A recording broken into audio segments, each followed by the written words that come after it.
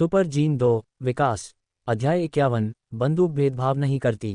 Jashen base से 20 kilometre दक्षिण पश्चिम में एक छोटे पहाड़ पर एक गुफा में जू त्यानगे अपनी कुर्सी पर पीछे झुके हुए खुशी से एक धुन गुनगुना रहे थे। हाल ही में उनका मूड काफी अच्छा रहा था।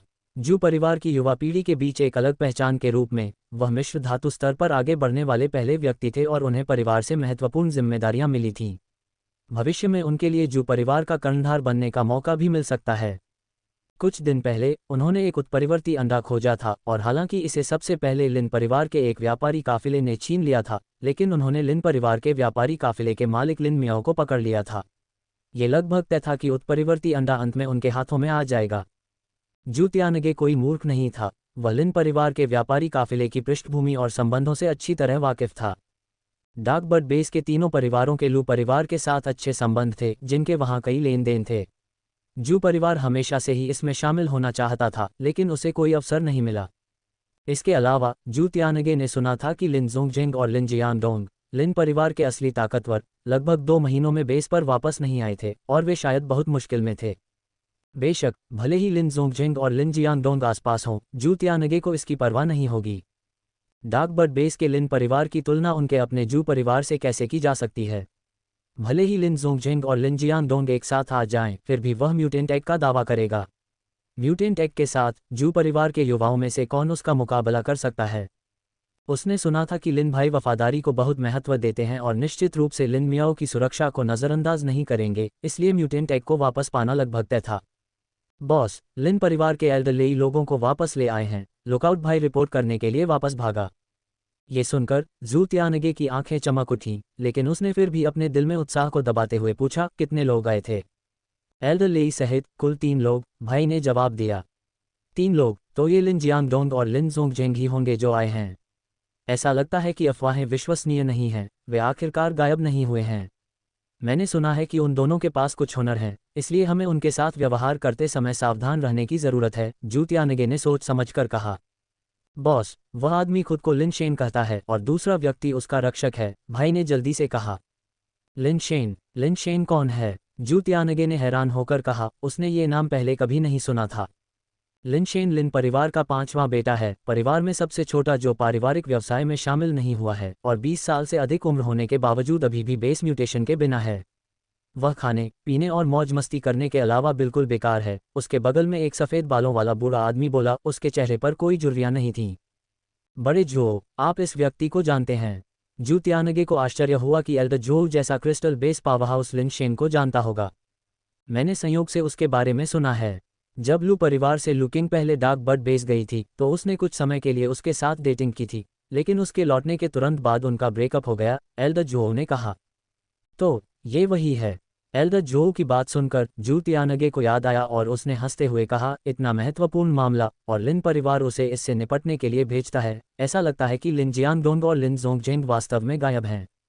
उन्हें यहाँ लाओ। चूंकि न तो लिन जियांगडोंग और न ही लिन जोंगजेंग आए थे, इसलिए जू त्यानगे को अब उतनी चिंताएं नहीं थीं। लिन शेन का सामना करना, जो केवल सुखों में लिप्त होना जानता था, स्वाभाविक रूप से लिन जियांगडोंग और लिन जोंगजेंग का सामना करने से बेहतर था।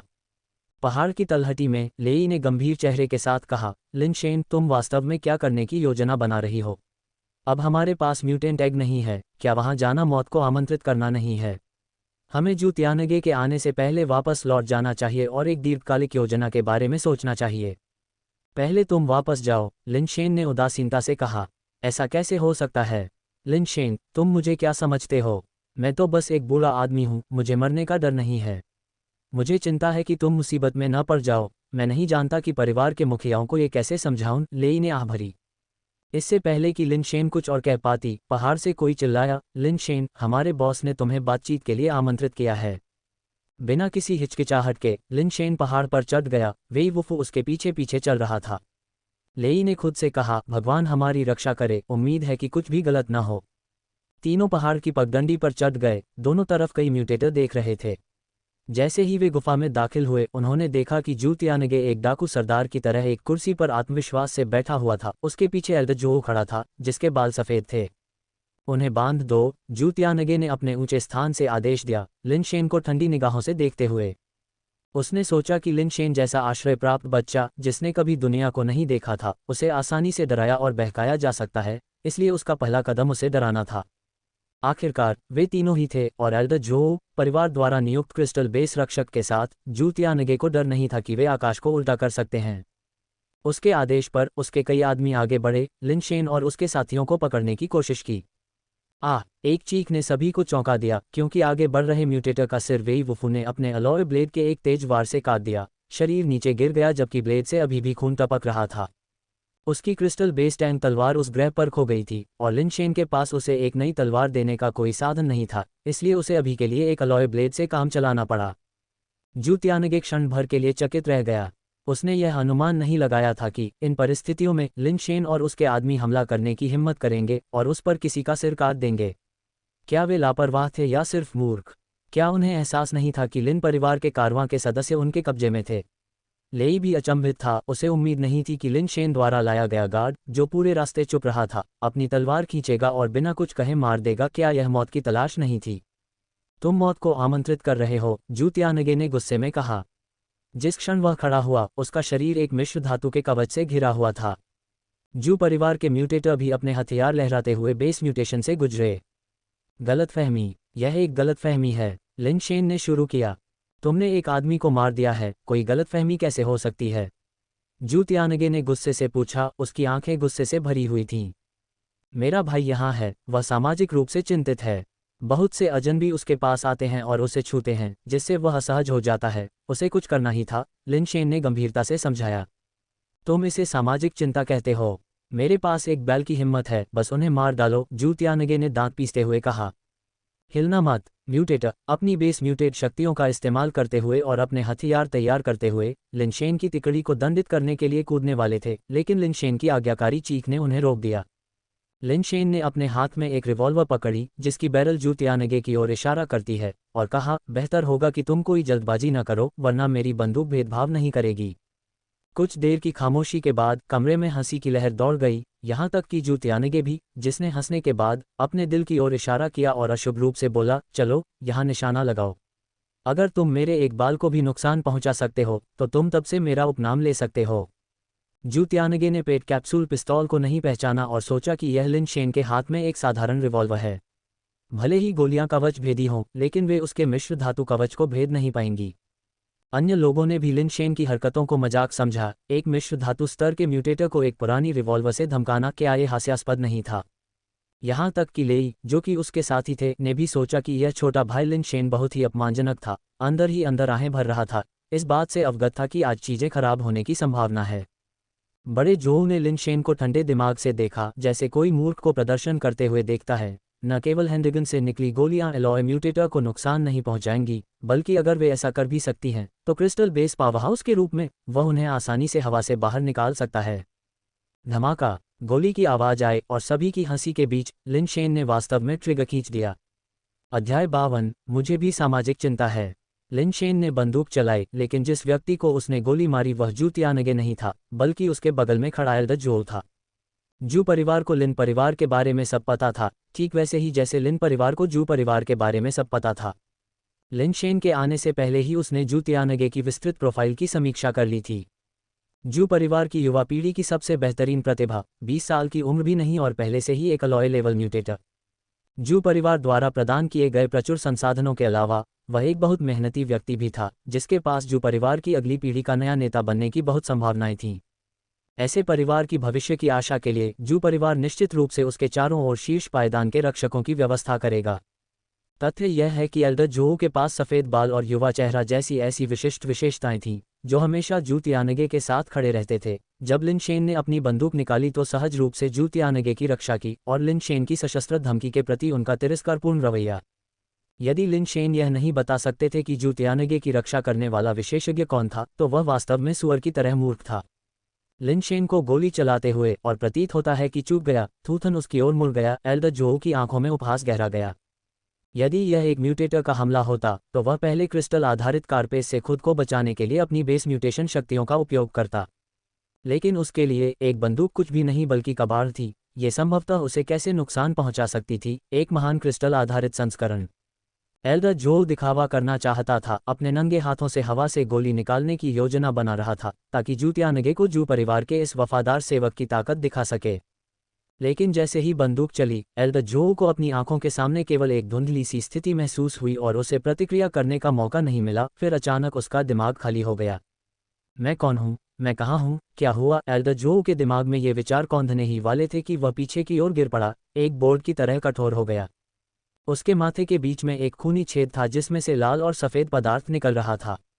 एक पल के लिए गुफा में मौजूद हर कोई डर गया। जूतियानगे एक रोबोट की तरह हो गया। उसकी गर्दन एल्डर जो की दिशा में अकड़कर मुड़ गई, उसे अकड़कर गिरते हुए देख रहा था। लाल और सफ़ेद पदार्थ आंशिक रूप से उसके चेहरे पर फैल गया। एल्डर जो मर चुका है, बंदूक से मारा गया। ये कैसे संभव है? यह नकली होना चाहिए। मैं अभी भी सपना देख रहा हूँ। जूतियानगे वहीं अवाक खड़ा रहा, मानो उसने अपना दिमाग खो दिया हो। गुफा में मौजूद दूसरे म्यूटेटर्स की हंसी उनके चेहरों पर जम गई। वे अभी जितने खुश थे, अब उतना ही असहज महसूस कर रहे थे। लेई अंकल हैरान और बहुत खुश थे। उन्हें अपनी आंखों पर यकीन ही नहीं हो रहा था। एक ही गोली ने जूतियानगे के बगल में क्रिस्टल बेस पावर हाउस को गिरा दिया। उन्हें यह भी आश्चर्य हुआ कि क्या वह सपना देख रहा था। तुमने अभी क्या कहा? तुमने मुझे कहाँ निशाना लगाने और गोली चलाने के लिए कहा था? लिन शेन ने फिर से जूतियानगे की ओर बंदूक तान दी। क्रिस्टल बेस के बारे में क्या? बेस म्यूटेशन शक्तियों के उपयोग के बिना क्रिस्टल आधारित प्राणी का मांस और रक्त शरीर अभी भी कुछ हद तक हीन था। बंदूक में लोड किए गए पालतू कैप्सूल में एक मिश्र धातु ग्रेड ब्लैक आर्मर भी था जिसे शुरू में तियानशिन ने डाला था, जिसे क्रिस्टल बेस के 44 से अधिक गति से त्वरित किया गया था। क्रिस्टल आधारित मानव की खोपड़ी को भेदना बिल्कुल भी चुनौतीपूर्ण नहीं था। अगर एल्डर जो इतना घमंडी नहीं होता, लिनशेन के हाथ में बंदूक को देखता और क्रिस्टल आधारित कारपेस के साथ खुद को बचाने के लिए अपनी बेस म्यूटेशन शक्ति का इस्तेमाल करता, तो लिनशेन के लिए उसे मारना इतना आसान नहीं होता। बेशक लिनशेन ने उसे मौका नहीं दिया। लिनशेन शुरू से ही जूतियानगे पर निशाना साध रहा था और गोली चलाने से ठीक एक सेकंड पहले उसने अपना लक्ष्य एल्डर जो पर बदल दिया। तब तक क्रिस्टल आधारित कारपेस के साथ खुद को बचाने के लिए बहुत देर हो चुकी थी। आखिरकार बेस म्यूटेशन शक्तियों का उपयोग करने में समय लगता है, और यह निश्चित रूप से एक गोली की गति से अधिक तेज नहीं हो सकता है। जूतियानगे ने बड़ी मुश्किल से अपना सिर घुमाया, एक मजबूर मुस्कान को संभाला और कहा, भाई, यह एक गलतफहमी है, एक गलतफहमी। मैं वास्तव में सामाजिक रूप से चिंतित हूँ। मैं अभी बहुत घबरा गया था। मैंने गलत बोल दिया। इसे दिल पर मत लेना, भाई। जूतियानगे वास्तव में भयभीत था। बंदूकों और गोलियों से हावी होने का डर महसूस कर रहा था जो इंसानों के पास 200 साल से भी पहले था। अपनी रक्षा के लिए एक मिश्र धातु कारपेस के साथ भी उसे अभी भी ऐसा लग रहा था जैसे उसने कुछ भी नहीं पहना है। उसे किसी भी तरह की सुरक्षा का एहसास नहीं है। उसके बगल में एल्डर जो की लाश अभी भी खून से लथपथ थी। उसकी आंखें मौत के कारण उभरी हुई थीं। अगर एक क्रिस्टल बेस को एक ही गोली से मारा जा सकता है, तो जूतियानगे को नहीं लगता था कि उसकी हड्डियां क्रिस्टल बेस की हड्डियों से ज्यादा सख्त हैं। वह कम उम्र में एक ठंडी लाश नहीं बनना चाहता था जिसके आगे एक आशाजनक भविष्य था। एक व्यक्ति के पास जितनी ज्यादा चीजें होती हैं, उतनी ही कम वह इस दुनिया को इतनी आसानी से छोड़ना चाहता है। लिनशेन जूतियानगे के पास गया, जिसने बिल्कुल भी हिलने की हिम्मत नहीं की, यहाँ तक कि बहुत ही शानदार तरीके से अपने हाथ उठाए, एक ऐसा इशारा जो कई सालों से किसी ने नहीं किया था। लिनशेन जूतियानगे के पीछे चला गया। बंदूक की नाल उसके सिर के पीछे दबा रही थी। मत करो, गोली मत चलाओ, भाई, हम इस बारे में बात कर सकते हैं। पहले ये सब मेरी गलती थी। मैं तुमसे माफ़ी मांगता हूँ, जूतियानगे ने कांपती आवाज़ में कहा। जैसे ही बंदूक उसकी खोपड़ी को छूती है, उसकी आत्मा लगभग उसके सिर से बाहर निकल जाती है। वेई वुफू का लोगों को बिना कुछ कहे अपंग करने का तरीका बिल्कुल शैतानी था, जूतियानगे से भी ज्यादा क्रूर। कौन जानता था कि अगले ही पल लिनशेन उसे गोली मार देगा। जूतियानगे वाकई डरा हुआ था। ये दोनों नियम के हिसाब से नहीं खेल रहे थे। मेरी बहन कहाँ है? लिनशेन ने उदासीनता से कहा। तुम यहाँ क्यों खड़े हो? बेकार के मूर्खों का झुंड, जाओ मेरी बहन को अभी यहाँ लाओ। जूतियानगे ने नीचे खड़े दूसरे स्तब्ध म्यूटेटरों पर चिल्लाया। जो म्यूटेटर होश में आ गए थे, वे बगल की गुफा की ओर भागे। रुको, लिनशेन ने ठंडे स्वर में कहा। कुछ लोग रुक गए, लेकिन दूसरे अंदर भागते रहे। धमाका, एक और गोली चली। गोली जूतियानगे के सिर के पास से गुजरी और सीधे एक म्यूटेटर के सिर में जा लगी जो अभी भी बगल की गुफा की ओर भाग रहा था। हर कोई एक बार फिर अपनी जगह पर जम गया और जूतियानगे इतना डर गया कि वह पत्थर बन गया। उसके पैर कांप रहे थे। जिस क्षण लिनशेन ने बंदूक चलाई, जूतियानगे को लगा कि वह निशाना है और उसे लगा जैसे उसकी आत्मा सचमुच उसके शरीर से निकल गई है। अब वह हिलने से भी डर रहा था। इतनी नज़दीकी से उसने नहीं देखा था कि गोली कैसे निकल गई। गोली की गति बहुत तेज थी, एक हैंडगन से जो उम्मीद की जा सकती थी उससे कहीं ज्यादा। भाई, तुम मुझे बताओ कि मुझे क्या करना है, मैं तुम्हारे नेतृत्व का पालन करूंगा, जूतियानगे ने कहा, उसके मुंह में मौजूद लार को कुछ कठिनाई से निगलते हुए। वेई, लेई, हमारी बड़ी बहन को बाहर निकालो, लिन शेन ने वेई और लेई को निर्देश दिया। ठीक है, वेई ने जवाब दिया और फिर बगल की गुफा की ओर चल दिया। लिन शेन, निश्चिंत रहें, हम अभी बॉस को बाहर निकालेंगे, लेई ने खुशी से भरकर और अनजाने में अपना संबोधन बदलते हुए कहा। तुम आगे बढ़ो, लिन शेन ने एक म्यूटेटर की ओर इशारा करते हुए लापरवाही से कहा। म्यूटेटर ने वेई और लेई को जल्दी से बगल की गुफा में ले गया, देरी करने की हिम्मत नहीं हुई। एंजल रिवॉल्वर में पहले केवल एक गोली थी, लेकिन अब नहीं। जब से Lin Shen dark bird base में वापस आया है, वह एक पेट कैप्सूल पाने में कामयाब रहा है और सभी 7 कक्षों को भर दिया है। सौभाग्य से उसके पास पैसे थे और लिन परिवार के पास स्टॉक था, अन्यथा यह आसान नहीं होता। लिन मियाओ और कारवां के सभी सदस्य मिश्र धातु के ताले से बंद थे और एक गुफा में कैद थे। लिन मियाओ के अलावा, जो काफी शांत दिख रही थी, बाकी सभी के चेहरे पर कमोबेश बेचैनी थी। वे सभी जानते थे कि श्रीलिन जोंगजिंग और दूसरा व्यक्ति कारवां के रवाना होने से पहले ही बेस से चले गए थे। अगर वे वापस नहीं आते तो उनके बदले कौन आ सकता था? कौन हिम्मत करेगा? लिन मियाओ बाहर से भले ही शांत दिख रही हो, लेकिन अंदर से बिल्कुल भी शांत नहीं थी। बेशक वह जानती थी कि उसके 2 छोटे भाई डार्क बर्ड बेस पर नहीं थे, लेकिन परिवार की मुखिया और कारवां की नेता होने के नाते वह सबसे पहले टूटने वाली नहीं हो सकती थी। बॉस, क्या आपको लगता है कि श्रीलिन जोंगजिंग और दूसरा व्यक्ति समय पर पहुंच जाएंगे?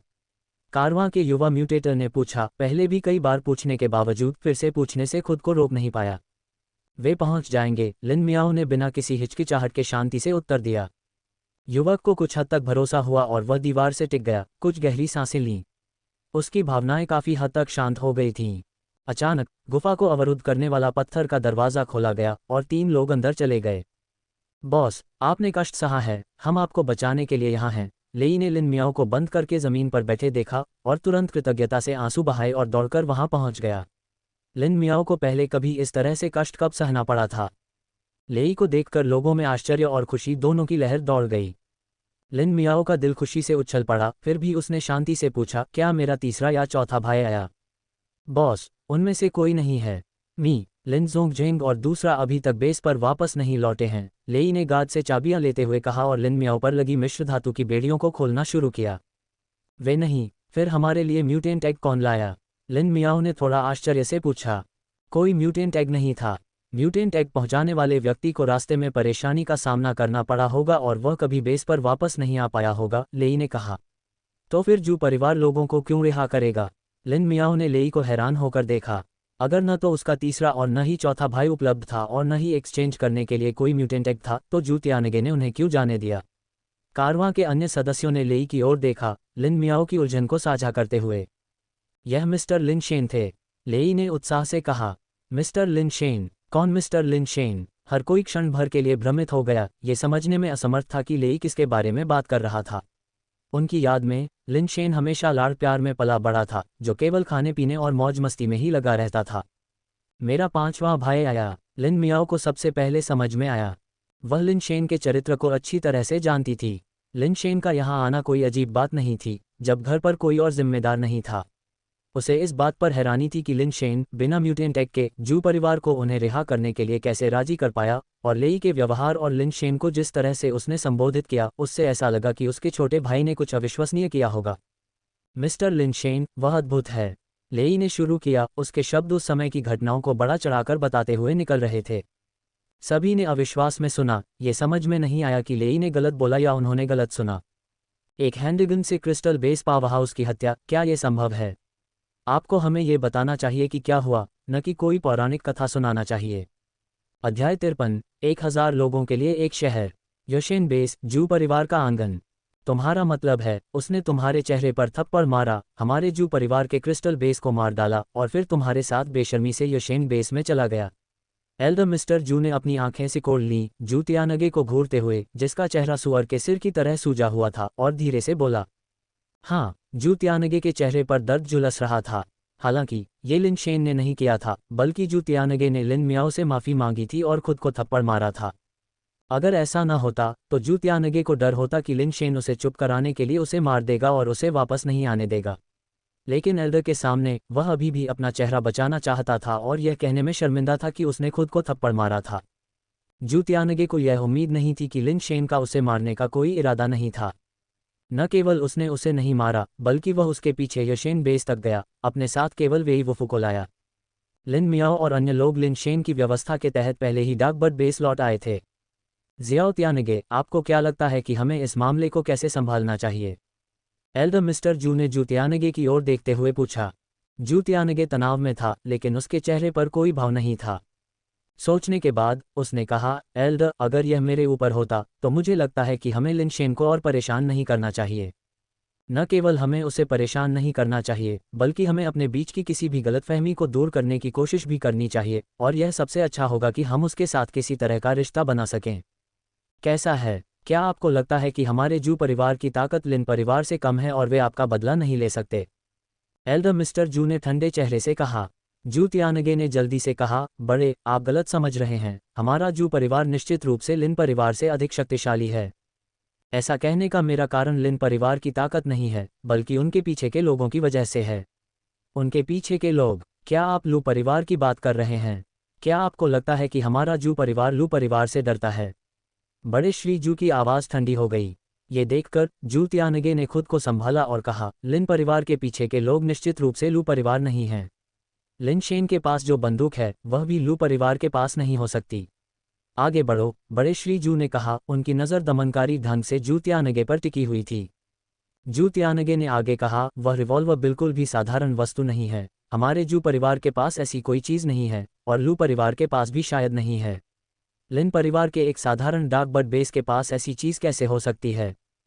लिन शेन को अच्छी तरह से पता है कि यशेन बेस हमारे जू परिवार का इलाका है, फिर भी वह इस तरह यहाँ आने की हिम्मत करता है। मुझे नहीं लगता कि वह मूर्ख है, इसलिए उसे किसी चीज़ पर भरोसा होगा जिसके बारे में हम नहीं जानते। इसके अलावा चूंकि लू परिवार का लिन परिवार के साथ अच्छा रिश्ता है, इसलिए मैंने बेस पर हमला करने के बजाय उनके काफिले पर बाहर घात लगाने का फैसला किया। यह इस मामले पर लू परिवार के साथ संघर्ष से बचने के लिए था।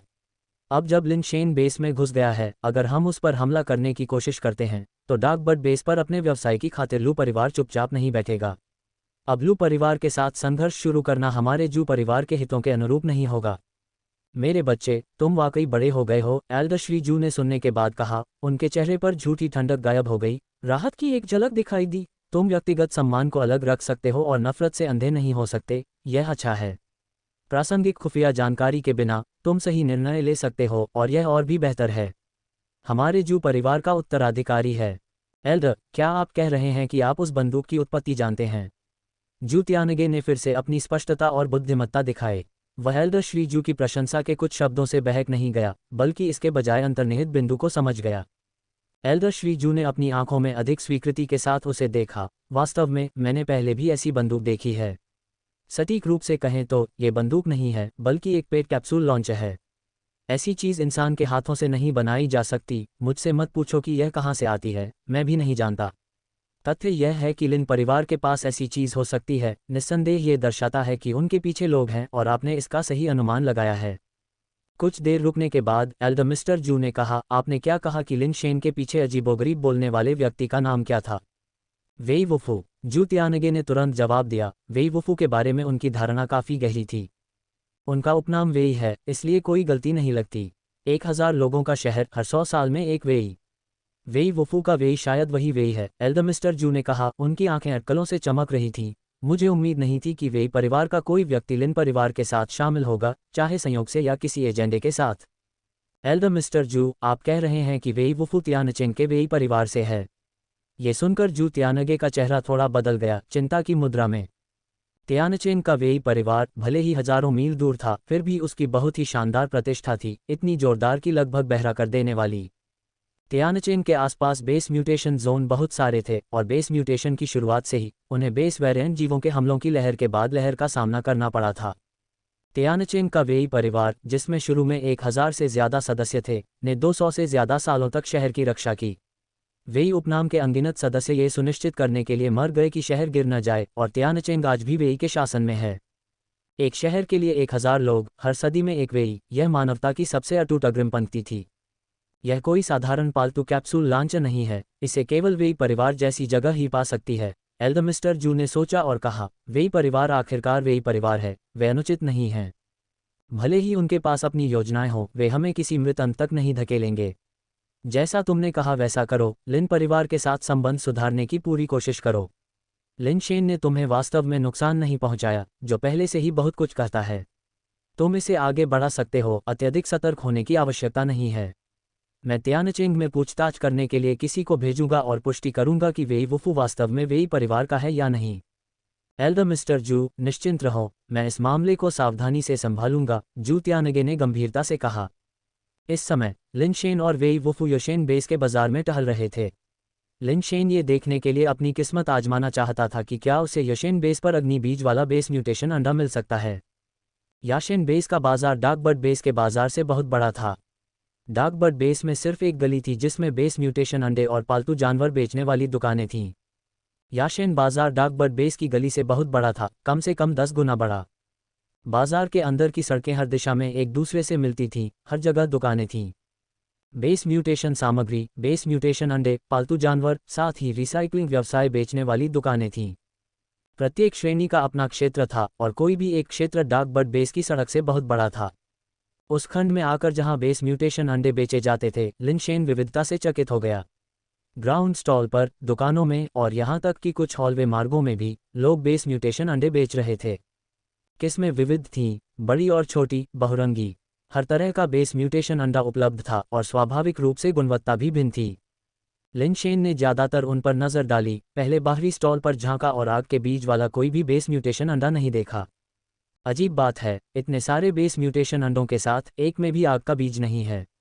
जब मैं पहले डार्कबर्ड बेस पर था तो मुझे कुछ ऐसे ही मिल गए थे। कोई बात नहीं, मैं कोई भी योजना बनाने से पहले दुकानों को देखूंगा। लिन शेन दुकान दुकान भटकता रहा।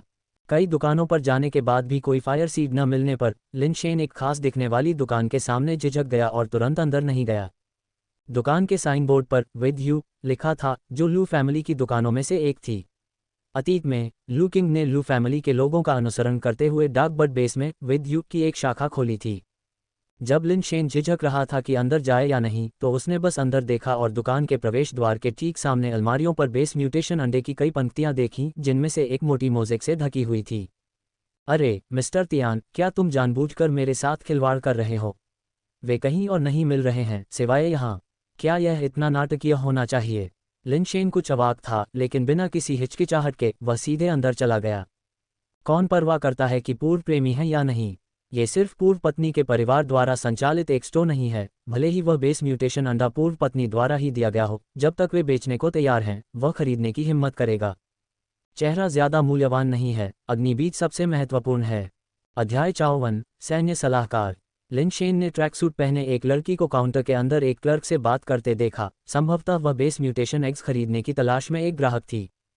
पीछे से, हालांकि उसने ढीले ढाले स्पोर्ट्सवियर पहने थे जो उसके फिगर और कर्व्स को छिपा रहे थे, उसके पैर निर्विवाद रूप से लंबे थे और उसके काले घने बाल एक पोनीटेल में बंधे हुए उसे बहुत स्वस्थ दिखा रहे थे। कुल मिलाकर लड़की एक मजबूत आभा बिखेर रही थी, जैसे कि वह उस प्रकार की हो जिसका मासिक धर्म समय पर और प्रचुर मात्रा में आता हो। वह बच्चे पैदा करने के लिए बहुत उपयुक्त दिखती है। लिन शेन ने अपनी नज़र हटा ली, क्योंकि अभी वह फायर सीड्स खरीदने आया था और बच्चे पैदा करने के लिए एक महिला को खोजने का मामला स्थगित किया जा सकता था। लिन शेन वेई वुफू के साथ काउंटर पर चले गए और उसके पीछे अलमारियों पर बेस म्यूटेशन एग्स की ओर इशारा करते हुए पूछा, वे कैसे बेचे जाते हैं? क्लर्क के जवाब देने से पहले लिन शेन ने अचानक एक जानी पहचानी आवाज़ सुनी जो हैरानी से चिल्ला रही थी, लिन शेन, तुम यहाँ क्या कर रही हो? लिन शेन ने अपना सिर घुमाकर उस लड़की की तरफ देखा जिसने बात की थी, और उसे साफ साफ देखने के बाद उसने भौहें सिकुड़ते हुए कहा, ये यूजेन, तुम यहाँ क्या कर रही हो? न केवल लिन शेन इस लड़की को जानता था, बल्कि वह शायद उसे अपने जीवनकाल में कभी नहीं भूल पाएगा। लव स्ट्रैटेजिस्ट ये यूजेन, जैसा कि वह खुद को बुलाती थी, लू किंग की सौतेली बहन और सबसे अच्छी दोस्त थी। हालांकि लिन शेन को लगा कि लव वॉरहाउंड का खिताब उसके लिए ज़्यादा उपयुक्त है। लू किंग के साथ लिन शेन के ब्रेकअप में ये यूजेन का महत्वपूर्ण योगदान था। ये यूजेन के अथक प्रयासों के बिना लिन शेन और लू किंग इतनी जल्दी अलग नहीं होते। मैंने सुना है कि बड़ी बहन का एक्सीडेंट हो गया है, तुम बहन की खातिर योशेन बेस पर आए हो, है न?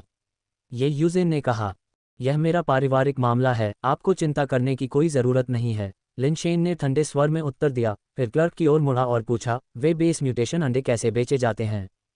क्लर्क मुस्कुराया और कहा, शेल्फ पर बेस म्यूटेशन अंडे पहली और दूसरी पंक्तियों से स्टील अंडे 1000 से शुरू होते हैं, तीसरी और चौथी पंक्तियों से मिश्र धातु अंडे 30,000 से शुरू होते हैं। प्रत्येक अंडे की अलग अलग कीमत होती है। आप जो भी चाहें, कीमत स्पष्ट रूप से अंकित है, युवा और बूढ़े सभी के लिए उचित है। चूंकि आप मिस ये की दोस्त हैं, इसलिए हम आपको 30% की छूट दे सकते हैं। क्या मैं किसी ऐसे व्यक्ति की तरह दिखता हूं जिसे छूट की आवश्यकता है? लिन शेन ने एक स्टील एग की ओर इशारा करते हुए कहा, मैं इसे ले लूंगा, इसे मेरे लिए लपेट दूंगा। कुल कितना होगा? ठीक है सर, स्टील लेवल पर उस स्पाइरल स्नेल एग की कीमत 999 है। आज का विशेष ऑफर, क्लर्क ने मुस्कुराते हुए कहा। यहाँ 1000 है। लिन शेन ने शानदार ढंग से काउंटर पर 1000 युआन का नोट रखा, फिर कहा, बदले के पैसे मत भूलना। लिन शेन लू परिवार या ये यूजेन को उसका फ़ायदा उठाने नहीं देगा, लेकिन वह निश्चित रूप से उन्हें एक पैसे का भी फ़ायदा उठाने नहीं देगा। क्लर्क ने जल्दी से लिन शेन द्वारा मांगे गए स्पाइरल स्नेल एग को लपेटा और 1 युआन के बदले में उसे सौंप दिया। लिन शेन ने अपनी खरीदी हुई चीज़ को पकड़ा और जाने के लिए मुड़ा। उसके पास ये यूजेन से कहने के लिए कुछ भी नहीं था, यहाँ तक कि अभिवादन की भी ज़रूरत नहीं थी। लिन शेन, बड़ी बहन का मामला काफ़ी परेशानी भरा है। अगर तुम लू किंग से मदद मांगने आए हो तो मैं तुम्हारे लिए उससे संपर्क कर सकता हूँ, ये यूजेन ने कहा। कोई ज़रूरत नहीं। लिन शेन बेकार की बकबक में नहीं उलझना चाहता था और सीधे विद यू शॉप से चला गया। ये यूजेन ने लिन शेन की पीछे हटी हुई आकृति को देखा। उसकी नज़र कुछ जटिल थी। लिन शेन की आकृति के पूरी तरह से गायब हो जाने के बाद ही ये यूजेन ने अपनी नज़र हटाई और कुछ देर सोचने के बाद दुकान से बाहर निकल गई। याशेन बेस आना वाकई सही फैसला था। लिन शेन ने बेस म्यूटेशन एग को फायर सीड से जड़ा हुआ पाया और वह बहुत अच्छे मूड में था। पुरस्कार प्राप्त करने के बाद लिन शेन ने इसका पूरा फ़ायदा उठाने और एक ही बार में सभी दुकानों का दौरा करने का फैसला किया। अगर उसे कुछ और फायर सीड मिल जाते तो यह यात्रा वाकई सार्थक होती। दुर्भाग्य से हर दुकान पर जाने के बाद लिन शेन को अग्नि बीज के साथ कोई और बेस म्यूटेशन अंडे नहीं मिले, जिससे वह कुछ हद तक निराश हो गया। इस जगह पर डार्क बर्ड बेस की तुलना में बहुत अधिक बेस म्यूटेशन अंडे हैं, तो केवल एक अग्नि बीज क्यों है? लिन शेन अग्नि बीजों की उपस्थिति के पीछे के पैटर्न को समझ नहीं पाए। हालांकि एक अग्नि बीज प्राप्त करना पहले से ही अच्छा था, और अब लिन शेन बेस म्यूटेशन अंडे के साथ सोने के लिए एक जगह खोजने और ये देखने के लिए इंतजार नहीं कर सकता था कि उसे किस तरह की अग्नि बीज शक्तियां मिलेंगी। कोई हमारा पीछा कर रहा है, वेई वुफू ने कहा। उन्हें आने दो, लिन शेन ने उदासीनता से उत्तर दिया। वह जानता था कि जू परिवार निश्चित रूप से उन पर लगातार नज़र रख रहा था, लेकिन वह इस मुद्दे को पूरी तरह से हल करने के लिए यहाँ था, क्योंकि अगर जू परिवार बदला लेने के लिए डार्क बर्ड बेस गया तो वह अभी भी पूरे लिन परिवार की रक्षा नहीं कर सकता था। किसी और के घर में लड़ाई करना हमेशा बेहतर होता है। यही वजह थी कि लिन शेन आया था। बेशक लिन शेन स्वभाव से शांतिवादी था, यदि संभव हो तो हिंसा का सहारा न लेना सबसे अच्छा था। ये सब जू परिवार के नेता की पसंद पर निर्भर करता था। लिन शेन को आश्चर्य हुआ कि जू परिवार वास्तव में अपना आपा नहीं खो सका। वह अब 3 या 4 घंटे से यशेन बेस पर था, फिर भी जू परिवार ने उससे संपर्क नहीं किया था। चूंकि वे मेरे पास नहीं आ रहे हैं, इसलिए मैं अपना खुद का व्यवसाय जारी रखूंगा, लिन शेन ने बाजार छोड़ने के बाद कहा। फिर वह एक विवाह एजेंसी में गया। यशेन बेस पर पूरा चक्कर लगाने के बाद लिन शेन ने देखा कि वहाँ काफ़ी युवा और खूबसूरत महिलाएं थीं, निश्चित रूप से डार्क बर्ड बेस की तुलना में कहीं ज़्यादा। डार्क बर्ड बेस सिर्फ एक छोटी सी जगह थी जहां पुराने घराने थे जो एक दूसरे की पृष्ठभूमि को अच्छी तरह से जानते थे। वहां लिन शेन जैसा कोई व्यक्ति ढूंढना आसान नहीं था, इसलिए उसने सोचा कि यशेन बेस को देखना आसान होगा। आखिरकार वह एक मध्यम दर्जे के अमीर परिवार से था और वह दिखने में भी बुरा नहीं था। उसके मानदंडों को पूरा करने वाला कोई व्यक्ति ढूंढना बहुत मुश्किल नहीं होना चाहिए। खुद ऐसा करने के लिए समय न होने के कारण लिन शेन ने सबसे ज़्यादा समय बचाने वाली रणनीति चुनी। उसने एक विवाह एजेंसी में सुपर वीआईपी के लिए साइन अप किया। एजेंसी की मोटी मालकिन इतनी मुस्कुरा रही थी कि उसका मुंह बंद ही नहीं हो रहा था। वह उसे चाय देने के लिए खुद ही लड़खड़ा रही थी और उसके कंधे की मालिश करना चाहती थी। मेरी ज़रूरतें सरल हैं, एक अच्छी पारिवारिक पृष्ठभूमि, अच्छी शक्ल और बच्चों को अच्छी तरह से पालने में सक्षम होना चाहिए, लिन शेन ने चाय पीते हुए कहा। चिंता मत करो, मैं तुम्हारे लिए इसका प्रबंध कर दूंगी। ये मेरे पास सबसे अच्छी गुणवत्ता वाले उम्मीदवार हैं, तुम संतुष्ट हो जाओगे, मोटी मालकिन ने कहा और वह प्रोफाइल और तस्वीरों का ढेर लेकर वापस आ गई। सुंदर, इस पर एक नज़र डालो, अलोय वाल्किरी। उसके पास पारिवारिक स्थिति है, ताकत है, उससे शादी करो और तुम्हें पैसे गिनने के अलावा कुछ नहीं करना पड़ेगा, मोटी मालकिन ने अपनी ही बातों पर हंसते हुए कहा। थोड़ी छोटी, लिन शेन ने फोटो को देखते हुए टिप्पणी की। तो फिर यह कैसी है?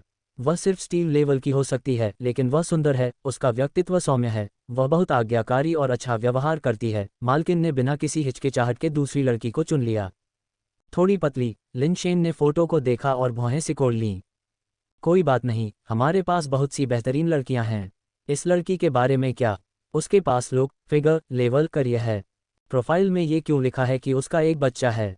लिन शेन को लगा कि फोटो ठीक है, लेकिन प्रोफाइल को ध्यान से देखने पर पता चला कि उसमें एक बच्चा था। ये सिर्फ एक लड़की है, यह कोई बड़ी बात नहीं है। मालकिन ने अजीब तरह से प्रोफाइल वापस ली और दूसरी लड़की को चुन लिया। उन्होंने कुछ देर तक उम्मीदवारों की तुलना की, लेकिन न तो यह और न ही वह उन्हें पसंद आया। उन्होंने ढेरों उम्मीदवारों को देखा और फिर भी किसी को नहीं चुना।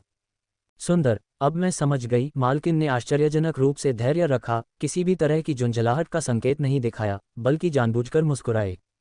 तुम क्या समझे? लिन शेन ने मुस्कुराते हुए पूछा। तुम जो चाहते हो, उसने एक धूर्त मुस्कान के साथ कहा। वास्तव में सिर्फ एक शब्द है। कौन सा शब्द? लिन शेन ने उत्सुकता से पूछा। बड़ा, मालकिन ने सीधे कहा। बड़ा? लिन शेन ने पलक झपकाए। हाँ, बड़ा, मालकिन ने पुष्टि की। बड़ा, है न? लिन शेन की आंखों में मनोरंजन की लहर दौड़ गई। बड़ा? मालकिन की आंखें लिन शेन से मिलीं, जैसे कि उनके बीच कोई गुप्त समझ हो, और वे दोनों हंस पड़े। ठीक है, चलो, बड़ा चुनते हैं। लिन शेन ने सहमति जताते हुए सिर हिलाया। निश्चित रूप से बड़ा, आप संतुष्ट होंगे। इन सब के बारे में भूल जाओ, मैं आज रात तुम्हारे लिए कुछ तय करूंगी। मेरी खुशखबरी का इंतजार करो, उसने पूरे आत्मविश्वास के साथ कहा। लिन शेन विवाह एजेंसी से निकलकर आसपास के इलाके में घूमने लगा। वेई वुफू के साथ भोजन करने के बाद वह अपने बुक किए गए होटल में वापस आ गया और वहां जाकर बैठ गया। उस शाम मालकिन ने एक संदेश भेजा जिसमें लिन शेन को चाय के घर में किसी से मिलने के लिए कहा गया। उसने पहले ही अपॉइंटमेंट ले लिया था और लिन शेन से कोई सवाल न पूछने का आग्रह किया और मीटिंग में सरप्राइज देने का वादा किया। लिन शेन वेई वुफू के साथ चाय के घर गए। ऐसे मामलों को आमतौर पर अकेले ही सबसे बेहतर तरीके से संभाला जाता है, लेकिन लिन शेन को वेई वुफू के बिना असहज महसूस हुआ, क्योंकि हो सकता है कि जो परिवार अप्रत्याशित खतरा पैदा कर दे। प्रतिष्ठान की दूसरी मंजिल में प्रवेश करने पर लिन शेन ने खिड़की के पास एक महिला को बैठे देखा, जो काले रंग की फिगर हगिंग ड्रेस पहने हुए थी। उसकी टांगें असंभव रूप से लंबी थीं, उसके लहराते बाल उसकी पीठ पर झूल रहे थे। लिन शेन केवल उसकी प्रोफाइल देख सकते थे, लेकिन उन्हें ये स्वीकार करना पड़ा कि मालकिन की बात सच थी। महिला वास्तव में बड़ी थी। पहली नज़र में लिन शेन को लगा कि वह बिल्कुल वैसी ही है जैसी वह तलाश कर रहा था। निश्चित रूप से उपजाऊ, ऐसी महिला जो 3 साल में 2 बच्चे पैदा कर सकती है, और बच्चे भूखे नहीं रहेंगे। मुझे लगता है तुम मेरा इंतजार कर रही होगी, है न? लिन शेन ने मेज पर रखे नीले गुलाब के फूल को उठाया और उसे देखकर मुस्कुराया। उनकी आंखें मिली और लिन शेन अचानक से जम गया। गुलाब उसके हाथ से अपने आप फर्श पर गिर गया। तुम क्यों हो? दोनों ने लगभग एक ही समय में कहा। वह महिला कोई और नहीं बल्कि प्रेम रणनीतिकार ये यूजेन थी। लिन शेन उसे पहचान ही नहीं पाया। आमतौर पर यह महिला हमेशा ढीले स्पोर्ट्सवियर पहने रहती थी। कौन सोच सकता था कि वह इतनी प्रभावशाली थी। अध्याय 55 ब्लाइंड डेट। किसने सोचा होगा कि महान लव स्ट्रैटेजिस्ट भी ब्लाइंड डेट की दुर्दशा का शिकार हो जाएगा। लिन शेन ने अपना चाय का प्याला उठाया और सहजता से बोलने से पहले एक घूंट लिया। हम एक दूसरे को कुछ समय से जानते हैं, क्या इस तरह मेरा मजाक उड़ाना जरूरी है? इसके अलावा क्या तुम भी ब्लाइंड डेट के लिए यहाँ नहीं आए हो? तुम मुझसे ज़्यादा अच्छी नहीं हो, तो तुम्हें हंसने का क्या अधिकार है? ये यूजिन ने अपना चाय का प्याला थामे हुए कहा। ठीक है, मुझे इसके लिए तुम्हारा शुक्रिया अदा करना चाहिए। अगर तुम नहीं होती तो मुझे इतनी सारी लड़कियों से मिलने और तुम्हारे साथ यहाँ बैठकर चाय पीने का मौका कैसे मिलता? लिन शेन ने बोलते हुए अपने होंठ सिकुड़े। ये यूजेन जाहिर तौर पर जानती थी कि उसकी गलती थी। उसने कोई जवाब नहीं दिया और सोचने के बाद कहा, मुझे पता है कि तुम अपनी बहन की समस्या के कारण यहाँ आए हो। तुम लुकिंग को ढूंढना चाहती हो और मैं उससे मिलने में मदद कर सकता हूँ। तुम मुझे उससे मिलने में मदद करोगी? मुझे डर लगेगा। कौन जानता है कि तुमने मेरी पीठ पीछे मेरे बारे में क्या क्या बुरा कहा है। क्या होगा अगर वह मेरे साथ सौदा करने के लिए जू परिवार का साथ दे? तब मेरे साथ वाकई गलत होगा, लिन शेन ने व्यंग्यात्मक लहजे में कहा। लिन शेन, क्या तुम अपने शब्दों में थोड़ी और शालीनता नहीं दिखा सकती? ये यूजिन ने अपने लाल होंठ काटे और कहा। यह अच्छी बात है। क्या तुम भी सही और गलत में फ़र्क नहीं जानती? तुमने पहले कभी कोई शालीनता क्यों नहीं इकट्ठी की? लिन शेन ने मुस्कुराते हुए कहा। ये यूजिन ने लिन शेन को घूरा, खड़ी हुई और अपना बैग उठाया, जाने का इरादा किया। रुको, मत जाओ, लिन शेन ने बिना ज़्यादा सोचे समझे कहा, और आश्चर्यजनक रूप से ये यूजिन वास्तव में अपने रास्ते पर रुक गई। क्या तुमने मेरा पर्याप्त अपमान नहीं किया? ये यूजिन ने कहा। क्या तुम यहाँ ब्लाइंड डेट के लिए नहीं आए हो? हमने अभी तक किसी भी चीज़ के बारे में बात नहीं की है, और तुम पहले ही जा रही हो। यह उचित नहीं लगता, लिन शेन ने मुस्कुराते हुए कहा। नहीं, लिन शेन, तुम क्या कहना चाह रही हो? ये यूजिन ने अपना बैग वापस टेबल पर पटक दिया और फिर से बैठ गई। मेरे कहने का और क्या मतलब हो सकता है? मैं यहाँ ब्लाइंड डेट के लिए आई हूँ और तुम भी। यह उचित ही है कि हम एक दूसरे को थोड़ा जान लें, है न? लिन शेन ने कहा। नहीं, क्या तुम पागल हो गई हो? क्या तुम सच में मेरे साथ ब्लाइंड डेट पर जाने की योजना बना रही हो? ये यूजिन ने अविश्वसनीय भाव से पूछा। अगर मैं ब्लाइंड डेट के लिए नहीं आई हूँ तो फिर मैं यहाँ किस लिए आई हूँ? लिन शेन ने जवाब दिया। ठीक है, फिर तुम मुझे कैसे परेशान करना चाहते हो? आगे बढ़ो। ये यूजिन ने अपनी बाहें पार की, उसकी अभिव्यक्ति उसे चुनौती दे रही थी। लेकिन इस इशारे ने उसे और भी अप्राप्य बना दिया। चलो ऐसे कठोर शब्दों का उपयोग न करें, मैं तुम नहीं हूँ। मैं बिना किसी अच्छे कारण के लोगों को परेशान नहीं करती, लिन शेन ने ये यूजिन के बहस करने से पहले कहा। चूंकि हम दोनों ब्लाइंड डेट के लिए यहाँ आए हैं, इसलिए मैं जानना चाहती हूँ कि तुम्हारे कितने बॉयफ्रेंड रहे हैं। ये पूछना बहुत ज़्यादा नहीं है न? ये बहुत ज़्यादा नहीं है, लेकिन मैं तुम्हें बताना नहीं चाहती, ये यूजिन ने नाराज़गी जताई। तो तुम मेरे बारे में क्या सोचते हो? लिन शेन ने आगे कहा। क्या तुम गंभीरता से मेरे साथ ब्लाइंड डेट पर नहीं जाना चाहते? क्या तुम मेरे साथ खिलवाड़ कर रहे हो? ये यूजिन ने लिन शेन को संदेह से देखा, उसकी आंखों में खुशी की झलक छिपी थी। कितनी बार तुम चाहोगी कि मैं ये कहूँ?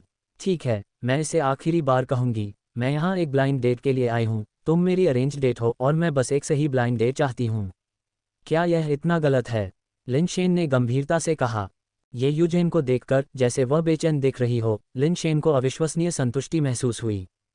इसी ये यूजिन की वजह से उसके और लू किंग के बीच बहस और गुस्से की कोई कमी नहीं थी। जब वह दुखी होती थी तो लिन शेन काफ़ी खुश महसूस करती थी। दूसरी बार सोचने पर अगर ये यूजिन के साथ चीज़ें वाकई ठीक हो जाती तो शायद यह इतना बुरा न होता। ईमानदारी से लिन शेन को लगा कि अगर उसे वाकई एक अच्छी लड़की मिल जाती तो वह उसे नुकसान पहुंचाता। शादी करने की उसकी इच्छा का अंतिम लक्ष्य लिन परिवार की वंशावली को आगे बढ़ाना था। कोई कह सकता है कि जो लड़की उससे शादी करती है वह सिर्फ एक साधन है। इसके अलावा लिन शेन ने पहले ही विकास के रास्ते पर चलने का फैसला कर लिया था जो उसे कहीं नहीं ले जा सकता था। उसे नहीं पता था कि वह कब और कहाँ मर सकता है। हो सकता है कि अगली बार जब वह उस ग्रह पर जाए तो वह वापस न आए। लिन शेन को यह भी लगा कि अगर कोई अच्छी लड़की उससे शादी कर ले तो वह वास्तव में बर्बाद हो जाएगी, और यहाँ तक कि उसे भी लगा कि वह किसी काम का नहीं है। लेकिन वह कुछ नहीं कर सकता था, उसके कई भाई लापता थे और उसे जाने से पहले लिन परिवार के लिए कुछ वंश छोड़ना था। जहाँ तक ये यूजेन की बात है, लिन शेन को उसके प्रति कोई अपराधबोध नहीं था। वह ये यूजेन से इतनी नफरत करता था कि वह नफरत से भर जाता था। ये यूजेन के उससे शादी करने और उनके 2 बच्चे होने के बाद अगर वह वहां मर जाता और ये यूजेन को 2 बच्चों को पालने के लिए अकेला छोड़ देता तो वह इस दुखद संभावना से थोड़ा उत्साहित महसूस करता। ये सही नहीं है, मुझे क्यों मरना चाहिए? लिन शेन को अचानक एहसास हुआ, क्या वह खुद को कोस नहीं रहा था? उसने अपने दिल में कई बार खुद को कोसा, तस्क तस्क तस्क, मैं मर नहीं सकता।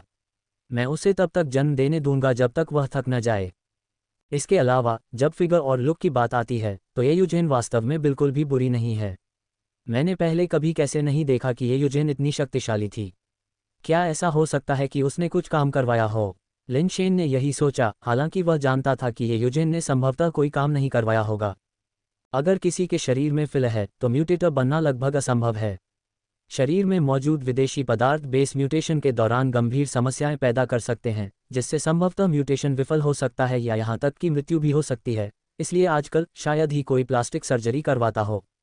लिन शेन को याद आया कि ये यूजेन कुछ समय के लिए म्यूटेटर रही थी, इसलिए उसके लिए सर्जरी करवाना असंभव था। नहीं, तुम वाकई मुझसे प्यार नहीं कर सकती, ये यूजेन ने लिन शेन को आश्चर्य से घूरते हुए कहा, लेकिन किसी कारण से उसकी आंखों में एक ऐसी खुशी थी जिसे पहचान पाना मुश्किल था। मैं तुमसे प्यार करती हूँ, बस इतना बताओ कि तुम सहमत हो या नहीं, लिन शेन ने कहा। भाई, मुझे चिढ़ाना बंद करो, ठीक है? हमारा रिश्ता क्या है? तुम मुझसे बदला लेने की योजना तो नहीं बना रहे होगे, है न? जब ये यूजेन ने ये कहा तो उसकी आंखों में खुशी और भी बढ़ गई, जिसे छिपाना लगभग असंभव था। हमारा रिश्ता क्या है? तुमने मेरी एक गर्लफ्रेंड को डरा दिया, ये सही है कि तुम मुझे एक के साथ बदला दो, है न? लिन शेन ने मुस्कुराते हुए कहा। मैं ये यूजेन ने लिन शेन को एक जटिल भाव से देखा, उस समय उसके पास शब्द नहीं थे। अचानक नीचे से शोरगुल की आवाज़ आई और जल्द ही कोई दूसरी मंजिल पर चढ़ गया, सीधे उनकी ओर बढ़ रहा था। वे दोनों अनजाने में देखने के लिए मुड़े और पाया कि जो व्यक्ति आया था वह जूतियानगे था। ये यूजेन ने थोड़ा भौहें से कुढ़ी, लिन शेन की ओर मुड़ी और कहा, मैं उसे तुम्हारे लिए रोक दूंगी। इससे हमारा पिछला मामला सुलझ जाएगा। जब वह बोल रही थी और आने वाले जू तियानगे का अभिवादन करने के लिए खड़ी होने वाली थी, तो उसने अचानक महसूस किया कि उसका हाथ पकड़ा जा रहा है। उसने मुड़कर देखा तो लिन शेन का बड़ा हाथ उसके हाथ पर था और उसके गाल तुरंत लाल हो गए। चाय पी लो, मेरे मामले मैं खुद ही सुलझा लूंगा। लिन शेन ने अपना हाथ वापस खींच लिया और बोलते हुए चाय बनाना जारी रखा। ये यूजेन ने सीधे चलते हुए जू तियानगे को देखा, फिर से नहीं उठी और खुद से सोचा, चलो पहले देखते हैं कि जू तियानगे क्या करना चाहता है, फिर उसकी मदद करने में बहुत देर नहीं हुई है। किसी भी मामले में मैं उसे कुछ भी नहीं होने दूंगी। ये यूजेन को विश्वास नहीं था कि लिन शेन वास्तव में जू तियानगे को संभाल सकता है। वह इस बारे में बहुत स्पष्ट थी कि लिन शेन किस तरह का व्यक्ति है। 20 साल से ज्यादा उम्र में भी वह बेस म्यूटेशन से नहीं गुजरा था। वह लड़ाई में अच्छा नहीं था, लेकिन मनोरंजन की सभी चीज़ों में माहिर था। वह एक लाड़ प्यार से पाला गया युवा मास्टर से ज्यादा कुछ नहीं था, जो बिना किसी कठिनाई या पीड़ा का अनुभव किए बिगड़ेल बनकर बड़ा हुआ। उसे शायद इस बात का अंदाज़ा नहीं था कि जू तियानगे कितना दुर्जय था, नहीं उसे जू परिवार की असली ताकत का अंदाज़ा था, जो सिर्फ अपनी बड़ी बहन को बचाने की उम्मीद में यशेन बेस की तरफ बढ़ा था। उसका दिल सही जगह पर था, लेकिन काम विफल होने के लिए अभिशप्त था। ये यूजेन ने जू तियानगे को कदम दर कदम आगे बढ़ते देखा। पहले से ही लिन शेन के बगल में था, फिर भी लिन शेन ने अभी भी उसकी तरफ नहीं देखा था। चाय बनाने पर ध्यान केंद्रित करना जारी रखा, जिससे वह थोड़ा भौचक्की हो गई। ये बहुत लापरवाही है। अगर जू तियानगे अचानक हमला करता है तो वह खुद को कैसे बचा सकता है? हालांकि यह उसकी गलती नहीं है, उसने कभी ऐसी चीज़ों के बारे में चिंता नहीं की, कभी इस तरह से पीड़ित नहीं हुआ। ये यूजेन फिर से खड़ी होने वाली थी, तभी उसने अचानक जू तियानगे को बोलते सुना, तुम सब क्या कर रहे हो? क्या तुम्हें मेहमानों की देखभाल करने का यही तरीका सिखाया गया है? तुम शेन को अपनी चाय खुद बनाने कैसे दे सकते हो? क्या होगा अगर शेन अपना हाथ जला ले? ये यूजेन की अविश्वसनीय निगाहों के नीचे जू तियानगे लिन शेन के हाथों से चाय के बर्तन लेने के लिए झुका। मुस्कुराते हुए उसने कहा, शेन, अपने भाई की दुकान पर आकर तुमने एक शब्द भी नहीं कहा।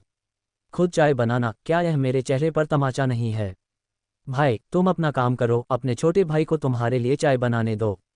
बोलने के बाद जू तियानगे ने सवा को यह भी निर्देश दिया, जाओ मेरी तिजोरी से 2 औंस प्राचीन वृक्ष की नई चाय ले आओ। ये साधारण चाय मेरे शेन के स्वाद के अनुकूल नहीं है। क्या जू तियानगे पागल हो गया है या मेरा दिमाग खराब हो गया है? ये यूजेन वहीं अवाक खड़ी रही, अपनी नज़रें कृतज्ञ जू तियानगे और लिन शेन के बीच घुमाती रही, जो वहां ऐसे बैठे थे जैसे कुछ गड़बड़ न हो। उन्हें समझ में नहीं आ रहा था कि आखिर हो क्या रहा है। अध्याय 56, जानवरों की लहरें। स्थिति ये यूजेन ने जो सोचा था उससे थोड़ी अलग लग रही थी। उसने मान लिया था कि लिन शेन जू परिवार से निपटने के लिए लू परिवार से सहायता लेने के लिए यशेन बेस आया था। अब ऐसा बिल्कुल नहीं लग रहा था। जू तियानगे की विभिन्न हरकतों ने ये यूजेन के लिए इसे समझना बहुत मुश्किल बना दिया। उसने स्पष्ट रूप से लिन परिवार के व्यापार काफिले पर घात लगाकर हमला किया और लिन शेन की बड़ी बहन को पकड़ लिया, तो वह लिन शेन के प्रति इतना दोस्ताना कैसे हो सकता है? यहाँ तक कि कुछ हद तक जानबूझकर चापलूसी करने जैसा भी लग सकता है। इससे ये यूजेन को कुछ हद तक संदेह हुआ कि उसे जो जानकारी मिली थी वह गलत थी या नहीं, और क्या जू परिवार ने वास्तव में लिन परिवार के काफिले को हाईजैक नहीं किया था। शायद दोनों परिवारों के बीच कोई दुश्मनी नहीं थी, हो सकता है कि वे बहुत अच्छे संबंध में भी हों। बेशक ये यूजेन जानती थी कि यह असंभव है और जानकारी गलत नहीं हो सकती। शेन, ये चाय आजमाओ और देखो कि यह कैसी है। भाभी, आप भी ट्राई करके देखो, जू तियानगे ने चाय का सेट बदलते हुए और नया बर्तन बनाते हुए कहा। चाय तैयार होने के बाद उसने सबसे पहले एक कप लिन शेन को दिया, फिर दूसरा ये यूजेन को। ये यूजेन ने अपने होंठ सिकुड़े और लिन शेन को घूरा, लेकिन कुछ नहीं कहा। चलो बैठकर बात करते हैं, लिन शेन ने चाय की चुस्की लेने के बाद जू तियानगे को संबोधित करते हुए कहा। जू तियानगे की हरकतें पहले से ही जू परिवार के रवैये को दर्शाती थीं, और स्वाभाविक रूप से लिन शेन को भी अपना रुख व्यक्त करने की जरूरत थी। वह जानता था कि जू परिवार को कुछ चिंताएं होंगी जिसके कारण वे इस तरह से व्यवहार कर रहे थे, लेकिन चाहे वे चिंताएं कुछ भी हों, इससे लिन शेन को कोई फर्क नहीं पड़ता था। जब तक उसे विकसित होने के लिए थोड़ा और समय दिया जाता, तब तक उसे जू परिवार के विचारों या कार्यों की परवाह करने की जरूरत नहीं पड़ती, न ही उसे यह जानने की जरूरत होती कि उनका रवैया कैसा है। जू तियानगे ने मुस्कुराते हुए तुरंत बैठते हुए कहा, शेन, तुम यशेन बेस पर कितने दिन रहने की योजना बना रहे हो?